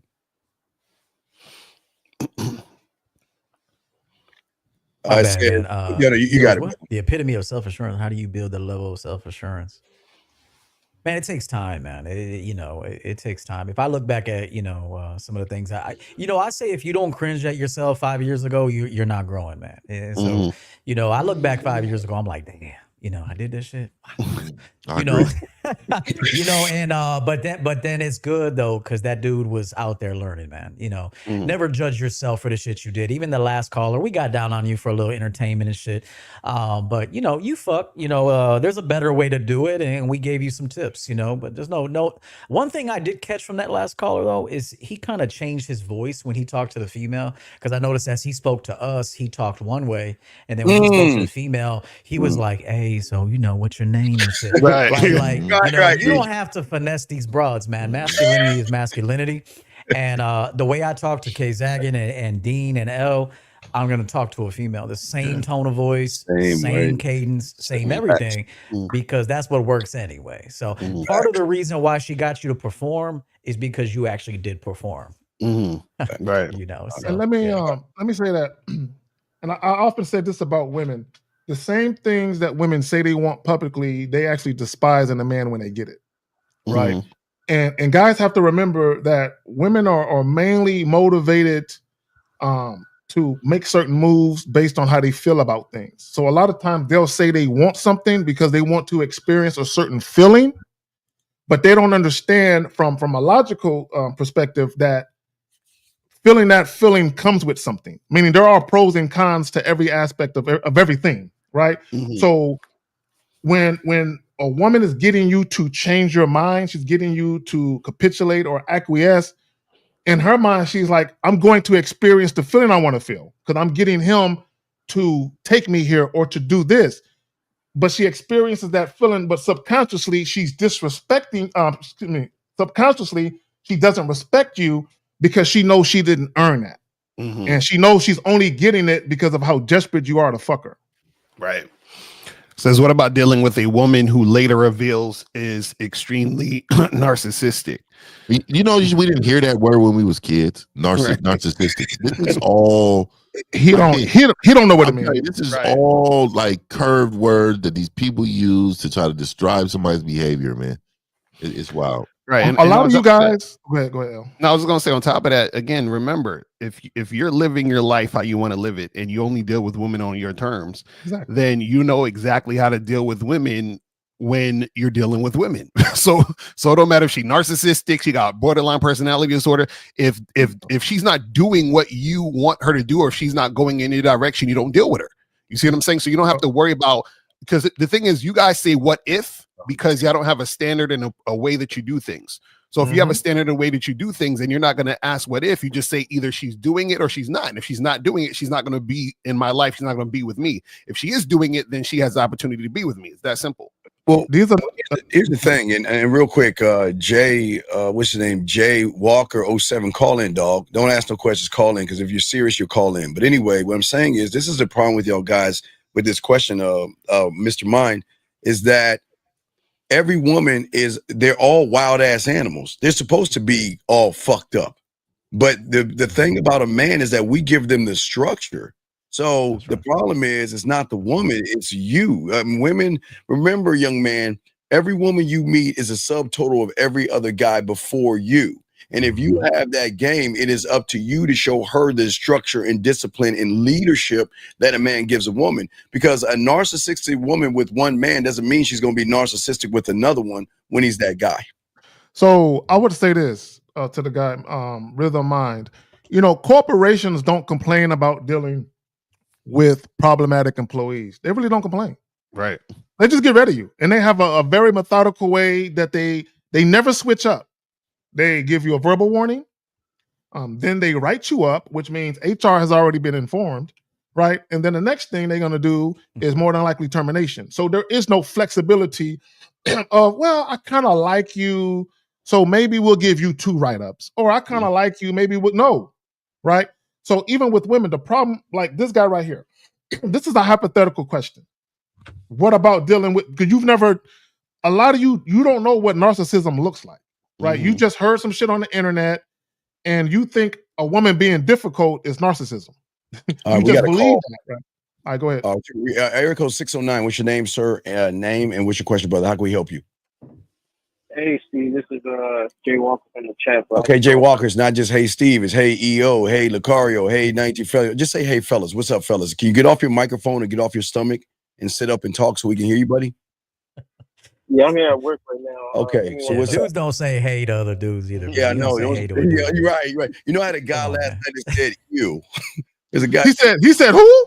You. He said, hey, Dean. Yeah. Come on, don't say hey, dog. All right, go ahead, dog. What's your question, brother? Speak up so everybody can hear you, buddy. All right, can you hear me now? Yes, sir. There you go. Talk to us, brother. Talk to us. Yeah, I just I put my question in the no. What's your question, brother? Just ask your question. It's cool. What's your question? I wanted you guys to because I heard you mention street game versus book smart game. I just wanted you to elaborate on on that and which one is more important. Okay, young man. Okay, this is what y'all have to understand. Okay, book smarts is something that we all have because we all went to a thing called school. Game has nothing to do with book smarts. Game is a concept of oneself. Has nothing to do with mathematics, English, social studies, biology, or geometry. It's all about a oneness of yourself. So what happens is that a lot of young men take book smarts, but they're street ignorant or street stupid, like Rosebud says, and they try to incorporate what they learn in the school versus what we've learned on the street. Those two are two totally different things. Gentlemen, so this is what I'll say. I don't believe asking that question or Steve answering it really helps you. Okay. Here's the thing. When we talk about book smarts and all of that, that's just you educating yourself so you can put yourself in position to earn money. When we talk about street smarts, that's literally survival, right? So one could say you need both, because even with us doing what we do as coaches, if you're not smart, you can make money, but you're gonna blow it and fuck it up. You know what I'm saying? So you need both, right? To effectively have the type of lifestyle that you want. You need to be able to basically perform in both arenas. Y'all problem is y'all think when people explain something to you that is really gonna help you. Okay, this is not gonna help you be better at getting women. This is not gonna help you get over whatever anxieties or low self-esteem issues you have. Right. So shout out to Steve for explaining it. But I think it's obvious when you talk about book smarts and street smarts. I think it's obvious as to what they are. But y'all got it. Mm-hmm. We're gonna answer that question. Okay, cool. But the caller's still there? Yeah. So basically what you gotta understand is balance, because book smarts in itself is just really, like, for example, when dudes be talking about statistics and shit and all that other stuff, or they try to learn things through books and video, even videos on YouTube and all this other things, right? But street smarts really in essence is your experience in your reality, because we're all living in different realities. A lot of y'all don't understand this. Like, we're all living like this is why when we say something, y'all can't believe it, because y'all are not living in that type of reality that we're living in. And so when we teach you guys, we're trying to get you to the point where you'll even experience that type of reality in your reality. You see what I'm saying? So that's what the game is about. Like Steve was saying, it's about understanding yourself in all of these situations. And so once you start to see certain things in your situations, you're going to be like, oh, I went from this to this. This is why, like EO was saying, you can see yourself from 5 years ago and be like, damn, I was on that type of shit. You know what I mean? And so that's because now you're in a different reality. And that's the, quote unquote street smarts. You understand? The book smarts is just more so something that we can collectively kind of talk about, like, oh, well, this is why you see a lot of videos where they say statistically 4 out of 5 businesses go out of business or whatever the fuck it is. That's fine. But at the end of the day, you're still you. So fuck all of that. You still got to figure out your shit to get what you need to get out of here. Get out of here. You know what I'm saying? Yeah. So I mean, I don't think the streets wants that dude either, man. Like, I think based on the way he presented his question and he kind of came at Dean and the way he kind of came in the room, the streets don't want you, bro. Just, I'm being honest, man. Like, you got to grow up in the street. I think that's what he means, like the streets versus the education and, getting a degree and, being, reading books and all that. I think you need to stay on that side because I think it's too late. So, if you didn't wake up and walk around spray painting garages and see Latin Kings and Imperial Gangsters and shit and pimps and all that stuff, if you didn't see that growing up, stay away from the streets, bro. Stay in your lane, man. You know what? That's a good point. That's a good point. There are certain things you just inherently learn from being and seeing certain things and growing up and that being a part of your reality. And you just learn things that the average person will never learn. You have a different perspective that the average person will never have. And like you said, you can't go back and say, I'm 40, let me go to the hood and just sit back and observe. Too late. No, it's too late. Yeah, it's too late. Yeah, I want you. Why would you want to? Yeah, exactly. Right. That is nothing to brag about. I'm not trying to go back to the hood, but I learned stuff from the hood. I happen to have both. And being in a different world with the business, and got to be a certain way. I understand what you mean, but I will tell you, man. I don't teach my kids nothing about the hood. So what does that tell you, right? Exactly. I will give you lessons on what I've learned, but there is nothing beneficial that comes from the hood, other than a couple little places of food places. But other than that, there's a couple of mom and pop. I wouldn't suggest that you go there at all. To be honest with you, I wouldn't. Man, if you could take a different route driving, I wouldn't drive through it, dog. Everything in my life it needs to look good. You know what I mean? I'm not here to see the boarded up streets and all that, man. I think a lot of you guys are fascinated in something you shouldn't be fascinated with, and I think you should just go ahead and just go watch Menace to Society, man. Just go watch that today. There you go. So what we're saying, young man, we're saying the streets. Don't look at the streets. That's not what we're talking about. We're like EO's saying, everybody's saying is that we learn from the school of this thing called hard knocks. We learn from hustling, pimps, max, ballers, players. And what they taught us was a different concept of thinking that is outside of, 1 + 1 is 2 and C-Spot run and, Columbus discovered America and all this other stuff. We're teaching you a concept that came from the street, because when you're on the street, when you're on the street, you can bring that over to the business world because you know how to maneuver around people. You know how to make business deals. I'm not even gonna get into like that, not to get into put EO's business out. EO, you got a game. I know EO, that's game what you did, where you're positioned, because EO used the game and the street smarts to position itself. That's what we're talking about. We're not That's why we say it's not about women. We say it's all about you. But I guess he hung the phone up. We have another call. I'm sorry, I'm running my mouth. Erico 678. What's your name and what's your question, sir? What's up? Hello, is he Fosa? I'm 27, 2028 by June. What's up, Efosa? What's going on? Doing good. I want to know what you thoughts of bad dating. What you thoughts about that? Bad dating. Wait, say that again. What type of dating? Bad dating. Coach EO talks about bad dating. I want to know what your thoughts on that. Who dating? Ask EO that He said direct. badge dating. Badge dating. So that was just like a marketing concept to kind of date in your lane, man. Like, you know, let me ask you this. If you don't make a lot of money, do you do 5-star dining? No. Okay, so then you would eat somewhere where you can afford to eat, right? You would get an apartment you can afford to live at. You know, there's lanes, man. You know, there's lanes. So you just like you live in your lane, you're likely, I would tell you, to live below your means until you're making enough money that you can splurge. But that's a whole other topic. But dating in your batch is basically dating women that are aligned with you and that you can properly manage. That's what I mean by batch dating. Yeah, we've always told him he needs to go to artisticwomen.com or the artistic. I would own that section. Yeah, we keep telling him he can rule in that area. He can pick up all the artistic women that he wants. But you're autistic. Yeah. Wheelchairs, all that shit. Right. That's what you're saying. That's his batch, EO. That is his batch. No, yeah, for real. That's his batch. You know, on the spectrum, on the spectrum and shit. Yeah.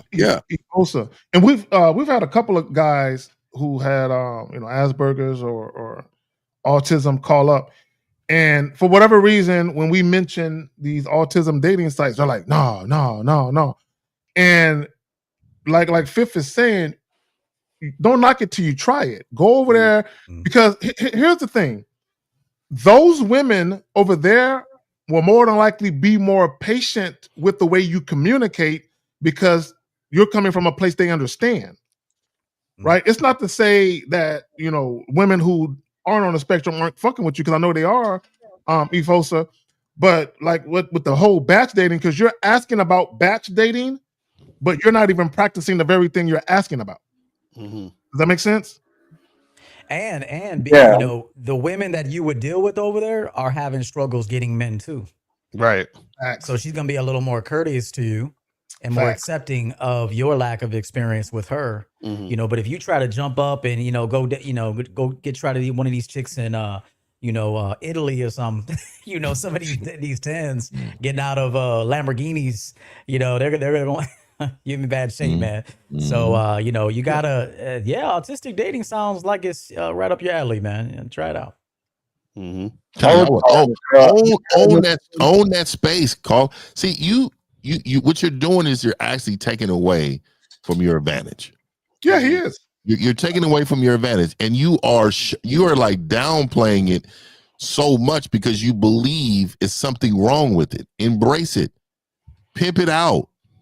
Like you like I always I told you, like my father said earlier in the show, man. He was like, "Hey, man, just shine up what you got."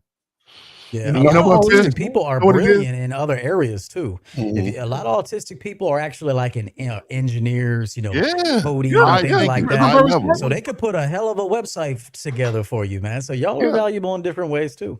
You know what I think? I think it too is also, I think people need to have more self-awareness. Because when you have self-awareness, what you do is that you're able to understand yourself a little more. So then you know what you like and what you don't like, and then you can maximize in certain areas to get what you want and also be doing what you like. So what I mean by that is that some people might say, like, for example, that's like me saying, you know what? I should be a basketball player, right? But I know, first of all, I'm not tall enough for most basketball players, right? I don't like running up and down the court. I already know I'm gonna get winded. That just doesn't do anything for me. So even if I'm like, man, I like the way basketball players do shit and they make all this money, I'm self-aware to know that I'm not going to enjoy myself doing it, and all the other parameters is not going to be any, like, I'm going to quit first week or something like that. You understand what I'm saying? First 2 weeks. So what happens is that now that I know myself, I say, okay, what do I really like to do? then I go do that thing and then I thrive in it because the passion I have for that thing, I thrive in it and I like to do it. So therefore I'm going to actually get progress. But that's being self-aware. A lot of you guys are not self-aware. And this is the thing. Some of you guys want things because you see other people have it. Yes. You don't want things because you know you want it. And the only way you're going to know you want it is you have to be self-aware. You got to understand yourself. So a lot of times you guys waste so much time trying to attain or get things that you think are cool because other people have the things, but you don't even know if you want it or not because you're not self-aware to explore to see who you really are and what you're about. You see what I'm saying? There you go. And let me make this point. Efosa, you still there? Yeah. So check this out.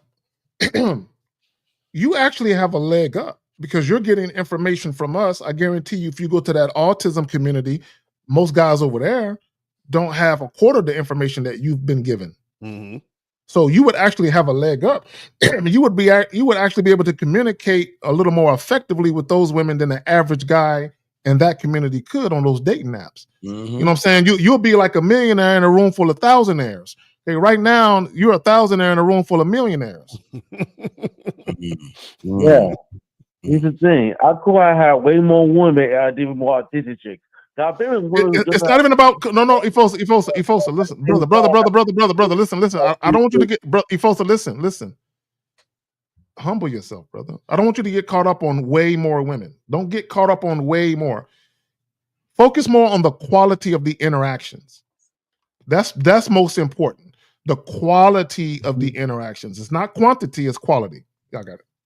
I think Lucario fell out of his chair on that one, man. Yeah. All right, Efosa. So, do you have any other questions? We'll move on because we're about to wrap the show up. Do you have any other questions, Efosa? No, thank you. All right, thank you, patient. Great call, buddy. Thank you for the call, buddy. Thank you, Efosa. All right, guys, lines are open. Oh, wait, here we got another call real quick. Area code 562. What's your name and what's your question? Hello? Yes, what is your name, sir, and what's your question, sir? Name's David. My question is, all right, so I heard you talk about, that sounds kind of weird to say, but you talk about like diamond dick game and all that. Well, what if you're just rocking like a regular size peen? Like, Okay, sir. Oh my God. When I talk about diamond dick, what I'm talking about is that the men on this panel don't run behind pussy. Because we give women something more. So he just exposed himself. Right, I know. I got it. It's not about. I think he's trolling. Number one, I think he's trolling. But yeah. Well, I'm just saying that you gotta lick ass, bro. That's the truth. You want to know the truth? You gotta eat ass. Because if you can't do it's not about your size, young man. The problem is if you just listen. What I want you to do, honestly, and I know it's gonna seem mean, but go back and listen to your voice and see. It's not about your dick. It's just that women just see you as a loser with all due respect. You just sound like you're weak, you're broken, you have no mouthpiece, you don't know how to fuck, you can't lick pussy, you don't have a standard, you don't have a mouthpiece, you can't make a woman's pussy wet, you can't make it tingle, and you don't know what to do with a piece of pussy, and you can't throw water on it to make it wet. So it's not about the size of whatever you're saying, it's what you're talking about. Listen to your voice. You are very, very weak in a woman's eyes. That's all I'm saying. So let me say this, because you said diamond dick. The first thing he went to was the size, right? Which speaks volumes of what. Caller, listen, brother.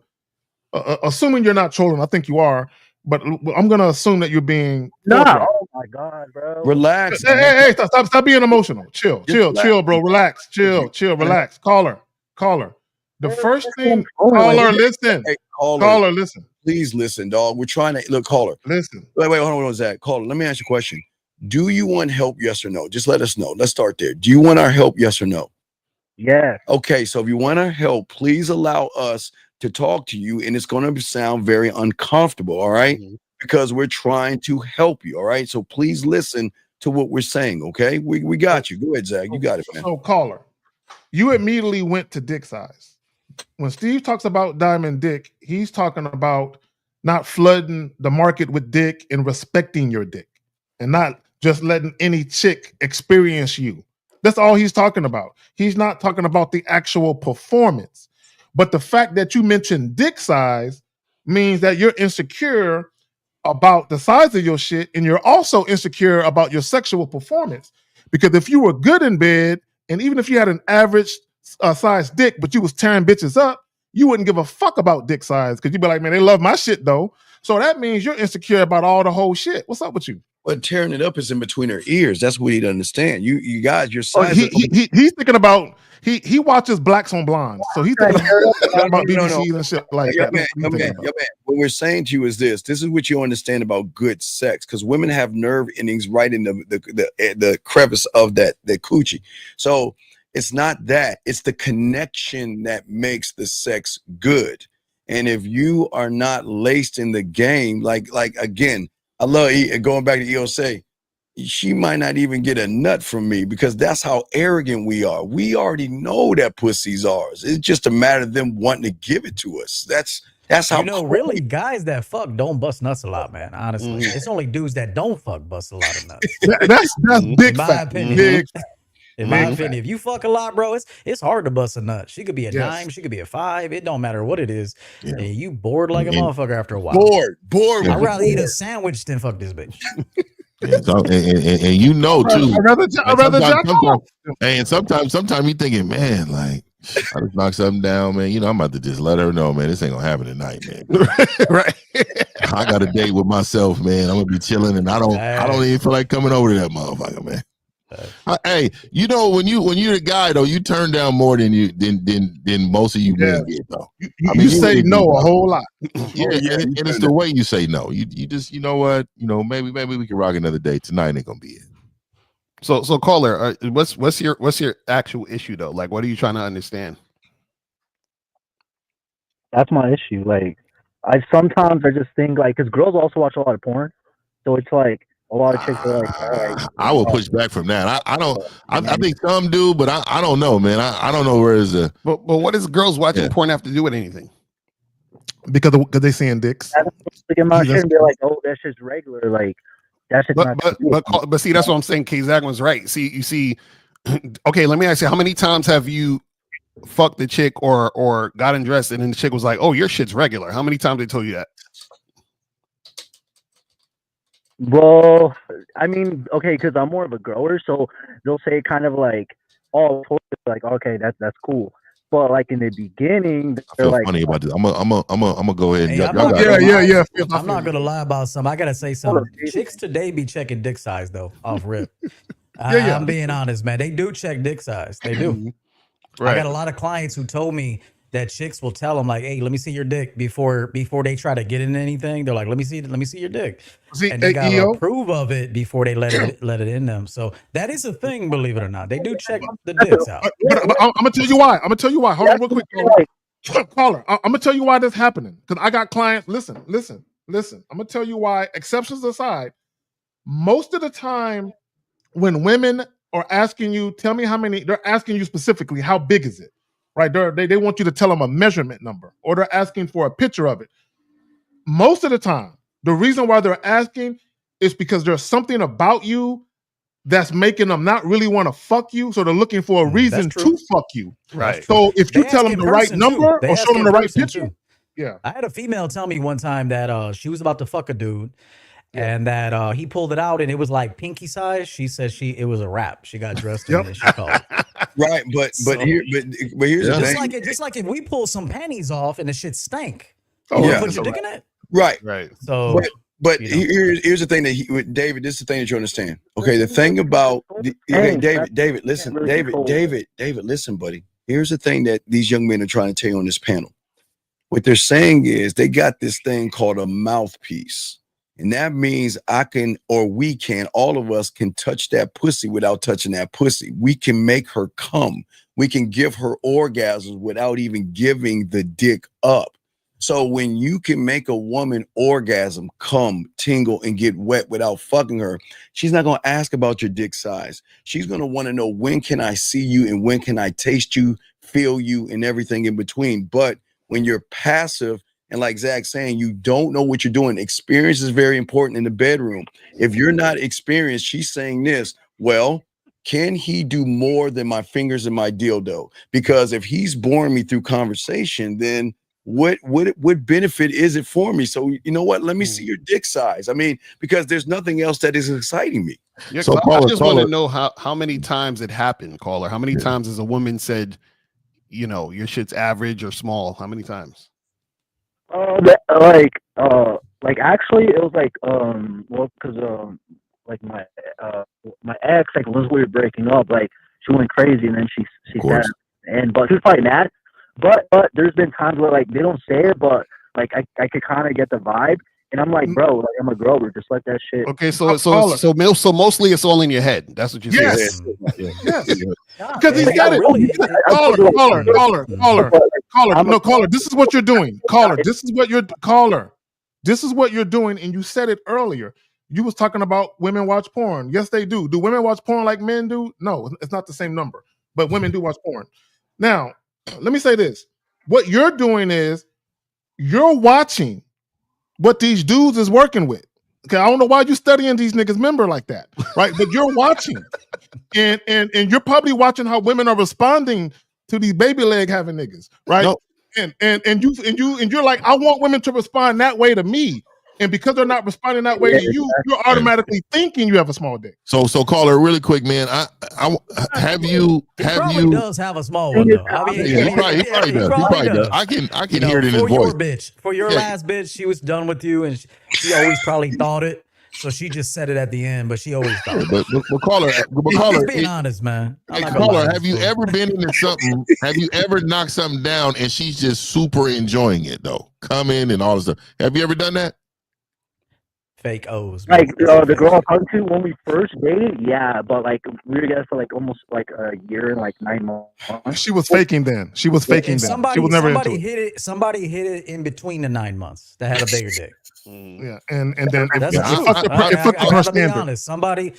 They're always looking for the come up and the come up dick too. So if they got a taste of better dick or a bigger dick in between the 9 months, then that's why she was throwing shade at your dick, bro. So call it. If she used to scoop back when you would first put it in, and now she's just pulling you in and taking it. I don't think he's ever had nobody scoop back. I don't think he's ever had a scoop back bitch. I mean, hey, you know what it is? Did their eyes ever blow up when you first just put the tip in? And have you seen that before? Has the woman ever said, "Oh my God," and gasped? No. Yeah, but I feel like she was just kind of like joking. Exactly. He felt like he was joking.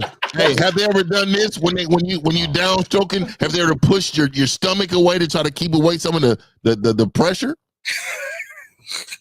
Dude, I told you I have a normal size dick. How am I gonna do that with him? Hold on. No. He's asking, has it happened? That's what we're asking. Has it happened?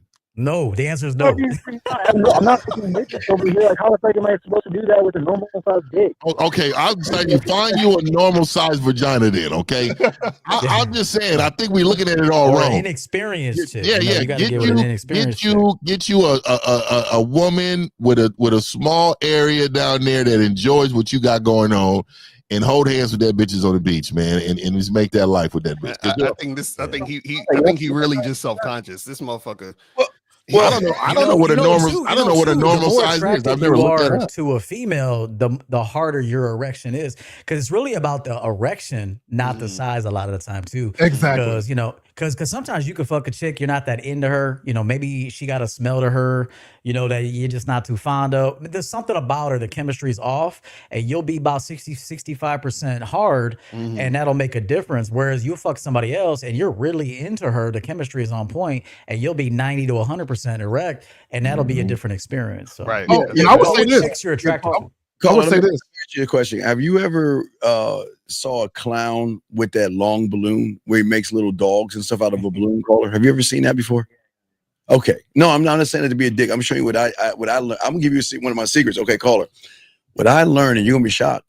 If you squeeze the base of the dick, you can blow it up like a balloon. You can get more. Dog.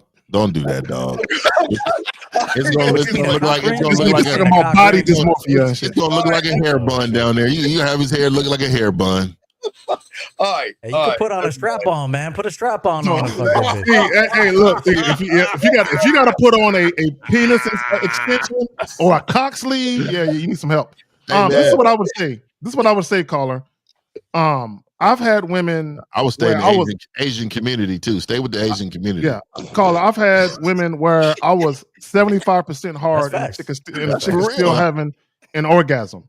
And a lot of it is how much the woman is into you. Because her body is ready. Her body is prepped for you. So a lot of times the more a woman is into you, I'm talking about on some carnal sexual desire, lust shit, a lot of times her body's going to respond differently because she's primed and ready. So let me ask you a question. When you have sex with women, do you do any type of foreplay? Are they wet immediately, or do it take you a while to get them there? He's not that guy, Zach. He's not him. That's not the guy. He's not the guy. Yeah. Yeah, what? I mean, sometimes foreplay, but you see, right there. Stop right there.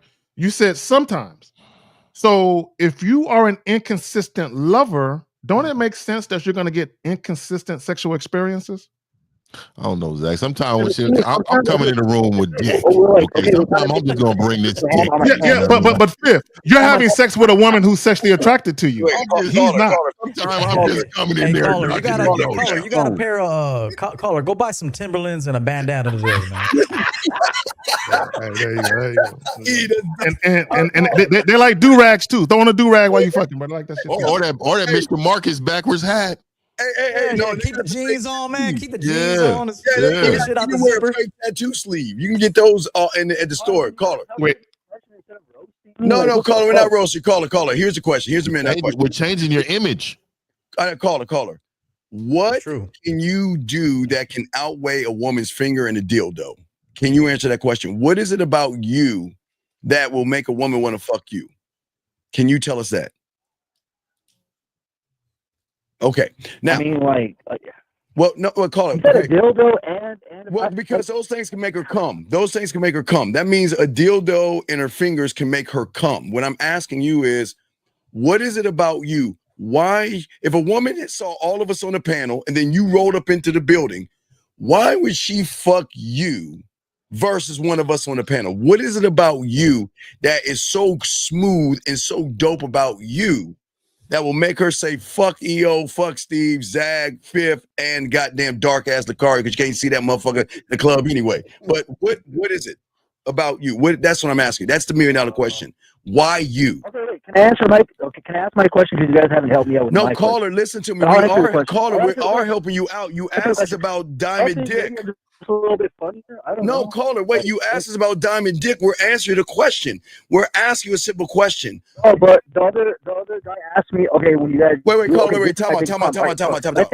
Wait, young man. Wait. Fix your phone. Wait. Can you get off your speaker, please, or shake your phone or something and talk into it? Because it sounds like you're underwater. Yeah, it sounds like shaky. Sounds muffled. Please fix your phone, okay? I'm being dead serious. We want to help you out. We don't have much time, but fix your phone and talk into it because you sound really broken up. Yeah. Get off the Bluetooth or the speaker. Get off the Bluetooth or the speaker or something and just talk directly into the phone. Is it better? No, speak up. Now you sound far away. Speak directly in the phone. Up. Is it better now? No. Okay, if you have earbuds, take all that shit out, bro. Yeah, take off the Bluetooth, take off the speakers, put the phone directly to your ear and speak into it. Speak into the phone. All right. Oh, I know what you do. God damn, bro, we got to break this down. He got a little phone too, huh?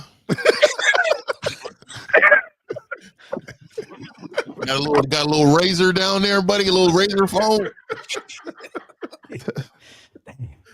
All right, can y'all hear me better? We can hear you a little bit, but it's still kind of shaky. But caller, this is the problem. What you're not understanding is we're trying to get you to understand why you're having the issue, which is why Steve asked you the question. You understand what I'm saying? So can you answer that question?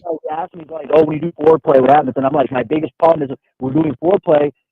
Sometimes she'll put her hand on my pants on top of my dick. And then I'm like, I'm like, bro, it's starting to grow. Just give it. That's my biggest part right now. Okay, right. Stop right there. He said something. I caught it. Stop right there. He said something. Okay, caller. Stop right there. Stop right there. You said something. Caller, you said something. I caught it. I got to address it. You said, this is what you said. You said sometimes when you're making out, the woman will reach for your joint, but it's not hard yet. Exactly. Okay, no, caller. So what you're saying is you don't like women touching your dick unless it's hard. What that tells me is you're insecure about your size. So caller, listen. Caller, listen. No, caller, I need you to listen. I'm trying to help you. This is what you don't understand. Before you even get to the sex, you've already defeated yourself. Because the woman is reaching for your dick. She let her make it hard for you. Right? You want it already hard because you don't want her to think that it's small. Because you said something earlier. You said, I'm not a shower, I'm a grower. I want her to know this is not my. Yeah. I want to I want her to know this is not my final form. You know That's what we're saying is the problem. You're worried about it. Stop worrying about her knowing if this is your final form or not. That is a form of insecurity. That's the problem. The problem is not your dick size. The problem is your insecurity. Exactly. That's what I'm trying to get you to understand, Vim. So what is soft? So she knows it's not fully hard yet. Let her make it fully hard. Bitch, make it hard. I'm telling you, man. You know what? Y'all do too much foreplay anyway. Just bend that bitch over, man. Like I don't remember the last time I did foreplay on a bitch, bro. I just bend this bitch over. That's why I said I come in the room with dick. Right. I mean, I'm coming in there, and it's hey. Y'all be sitting here 1980s porn and shit. Right. So caller, understand a lot of this is your mindset, whether or not you got a small joint or not, because you keep worrying about how she's gonna view your dick size. You understand what I'm saying? That's your issue. Because like I said, I asked you, did a woman literally say to you in your face, yo, your dick's too small or this and you said no. You said you've never heard the woman say it out of her mouth. You said, I got the vibe. That's coming from your own particular mind. Now she could think it's small. But what I'm saying is you have no evidence that she did. That's what I'm trying to tell you. So if you would have came to us and said, yo, like, 9 times out of 10, when I deal with these women, they just look at my shit and they say, man, is that it? It's so like, if that was the case, then cool. But you haven't shown us that a woman has actually said that. So now what we have is that you're coming from a place of you thinking the woman is thinking that, which is causing you to feel a certain type of way. So let me say this. Here's the thing I want you to understand. We're trying to help you out. There's nothing wrong with you, okay? And there's a lot of guys who have the same issues that you have. So there's nothing wrong with you. It's that what we're trying to teach you with the game is to have this thing called big dick energy. No, sir. Listen to me. Please, sir, we can't really hear you, but please listen. What we're saying is that everything we're trying to tell you is to get out of your own head. You got to learn the game and focus on who you are as a man. Your dick has nothing to do with what is going to turn her on. Okay, think about this real quick. You're looking at the woman the way a man looks at men, not men, no Diddy. Let me clean that up. What I'm saying is you think women look at you the way you look at them, and you think it's all about just sticking something in a hole. No, it's a connection that you have to have with that woman, because it doesn't matter your size. It matters about the connection she has with you. And that's where I think you're messing up, guys. Y'all got it. Yeah, you're just insecure and it's fucking you up. So this is what I would tell you, caller. This is what I would tell you. 2 things. Number 1, only fuck with women that are sexually attracted to you. That's one. And when you do have sex, assuming that you do, only fuck with women where the sexual chemistry is off the charts, where both of you thoroughly enjoy each other. She can't get enough of you. This is what I think your problem is. I think you're running into women that you like outside of sex, but when you have sex with them, the sexual compatibility really isn't there. I don't think you're getting from the woman that she can't get enough of you. So it's almost like you're trying to make something work. Does that make sense, caller? Yeah. Stop fucking with women. They got erection creams on Amazon too, man. Exactly. There's a cream called Erectin. I pop like half a Viagra. Caller. Okay, well, do what you got to do. Don't masturbate too much either. Yeah, don't. Caller, let me ask you a question. Let me ask you a question. Are you good at eating pussy? No, just say no. Bro, caller. You gotta pick a struggle, bro. You can't have trash dick game and you can't eat. Bro, you gotta pick a struggle. There's only a few Renaissance men out here, man. You gotta champion something. Shit. Yeah, bro. There's guys that got all kinds of tools in their tool belt. You might have a Phillips head, but you got to make it work. Caller, listen. Caller. I need you to listen. Caller, listen. Brother, listen. Don't go out of your way. Caller, listen. Don't go out of your way trying to please women sexually so they'll stay. Don't do that. What I will tell you is this: if you can make a woman orgasm consistently, more than likely she'll be back. So even if you can't make her orgasm with penile penetration, if you good with your fingers or you can eat some pussy, bro, and I'm gonna tell you, a clitoral orgasm for most women is preferred over an internal one anyway. So just think about that. So let me tell this guy something real quick. Generally, women have a roster of men that serve different roles. So she'll have a little dick dude that eats toes and pussy, right?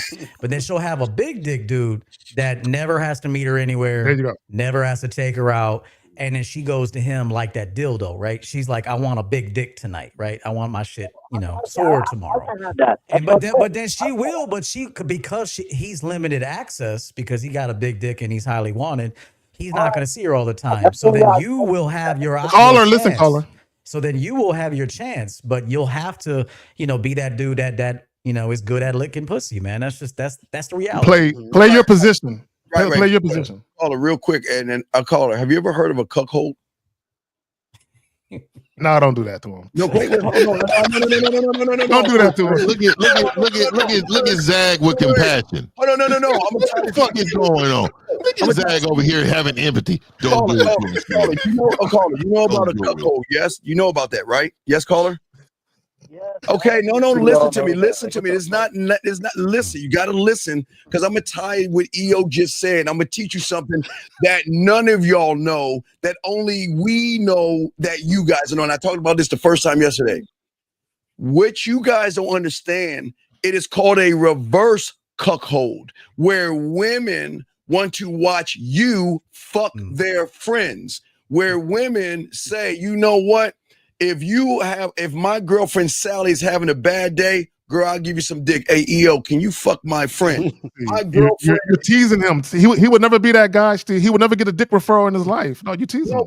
No, what I'm saying is, this comes down. Caller, all right, caller, we're going to let you go, dog, because we can't really hear you, dog. I'm just saying that this is going to come down to how you feel and think about yourself. Y'all guys think it's just men watching women get their asses blown out. No, women get turned on by watching men get fucked by their friends. And that's what we're saying. There's depths to these games, but you got to learn the game, and you got to learn big dick energy, and you got to learn, like Zach said, yes, you can do clitoral and all this other stuff, but caller, you know the thing about these men on this panel? We don't even have to touch the pussy to make them play with their pussy. We don't have to be around them to make them come. And when you can do that, caller, they don't give a fuck about your dick. They just want someone that can stimulate their mind. And that's what you got to start thinking about. Mental stimulation. Y'all got it, guys. Stop watching porn. You can't handle it. You can't. Some of y'all cannot handle porn. It ain't for you. You can't handle it. And sometimes, dog, I don't want to get too personal. So go ahead, dog. Yeah. All right, well, caller, we'll throw you back in, man, because we're about to wrap it up. Get some coaching, man. You definitely need it, buddy. Okay, we appreciate the call, buddy. Yeah, that was bad. All right, guys. So we're going to wrap it up. Last round of questions and everything, guys. If y'all want to call in, we're about to wrap up this show, but let's bring it on home, gentlemen. Let's get back and to finalize the topic that we're having about discovering the game that you're good at with women. What say you guys on that before we wrap it up, gentlemen? What say you guys? Go ahead, kids. Go ahead. All right. So, I just want to say, ultimately, guys can deal with women how they see fit. All we're telling you is, if you want to eliminate a lot of the drama and a lot of the things that are unfavorable, get some advice as to how to move as a man. Here's the thing: when dealing with, we all want to deal with women. Okay, we enjoy sex. We enjoy, feminine, attractive women. The key is to deal with women in such a way where it doesn't disrupt your life, where women come in and they fit seamlessly into your life. And if they don't fit seamlessly, you got to get rid of them. You cannot have women who disrupt your life on any level. Y'all got it. No, that's real shit. I'll just say, the main thing is you really got to know yourself, man, because the thing is you are the one experiencing your reality. So if you're experiencing things that frustrate you, get you angry all the time, you're pissed off about the way things are going, you know, that usually means that either you're not aware of who you are and what you want, or you are aware of it, but you're too scared to actually do the things the way you want to do them. And this is why we say do things on your terms so that you can make things happen for yourself the way you want it to happen for you. And that goes in every aspect of life, not just with dealing with women. You feel what I'm saying? So your life will be on point if you're actually going in a direction you want to go in, and you're brave enough to stick with that through and through. But in order for that to happen, you first have to understand yourself, and you understand yourself through going through these experiences and, you know, checking back in with yourself to see if this is what you really want to do. You see what I'm saying? Yeah, I'm going to say stay in your lane. Stay in the lane that was created for you. Embrace what you have. Don't worry about what somebody else's have, because that, you know, if you got it, you'll find out that ain't shit too, because it don't fit you. It's not meant for you. Do the things that's meant for you in life. Enjoy life to its fullest, because if you continue to chase in this life, you're going to get tired of running. I promise you. So look in the mirror, fix what's wrong, and take accountability for yourself. Set a plan out and then say, you know what? I'm going to shine up what I got, and I'm gonna pimp this motherfucking thing out until we're here no more. Stop trying to live somebody else's legacy. Create your own. Yeah, I'm just gonna say this. It was good to see the fellas, man. It was good to be back with Steve work, and Cardi and everybody else. I'd love to send you guys a fragrance. You know, so if you get, you know, just let me know. Give me your information. I'll have my team send you guys some stuff. But I'm just gonna keep it real with these dudes. You know, women are fucking out here. They're pumping and dumping dudes. You know, a lot of these chicks are actually fucking you and getting rid of you. You know, you can't, you know, it's a role reversal now. Women are ruthless, dumping, bro. Yeah, women they're are ruthless as fuck. So, you know, what you're experiencing is that women are just doing whatever the fuck they want to do, how they want to do it. And society has allowed that. It is what it is. You either, you know, eat or be eaten, and that's the reality. Remember that eventually your bitch is gonna fuck somebody else anyway. You know, eventually it's gonna happen, man. You know, whether it be emotional cheating, physical cheating, she floats off for a minute, starts an argument, and goes and fucks somebody else, comes back. Whatever it is, your chick is gonna always do what she wants to do. That's why you need to do what you want to do at all times. Do what's best for you, because she's going to.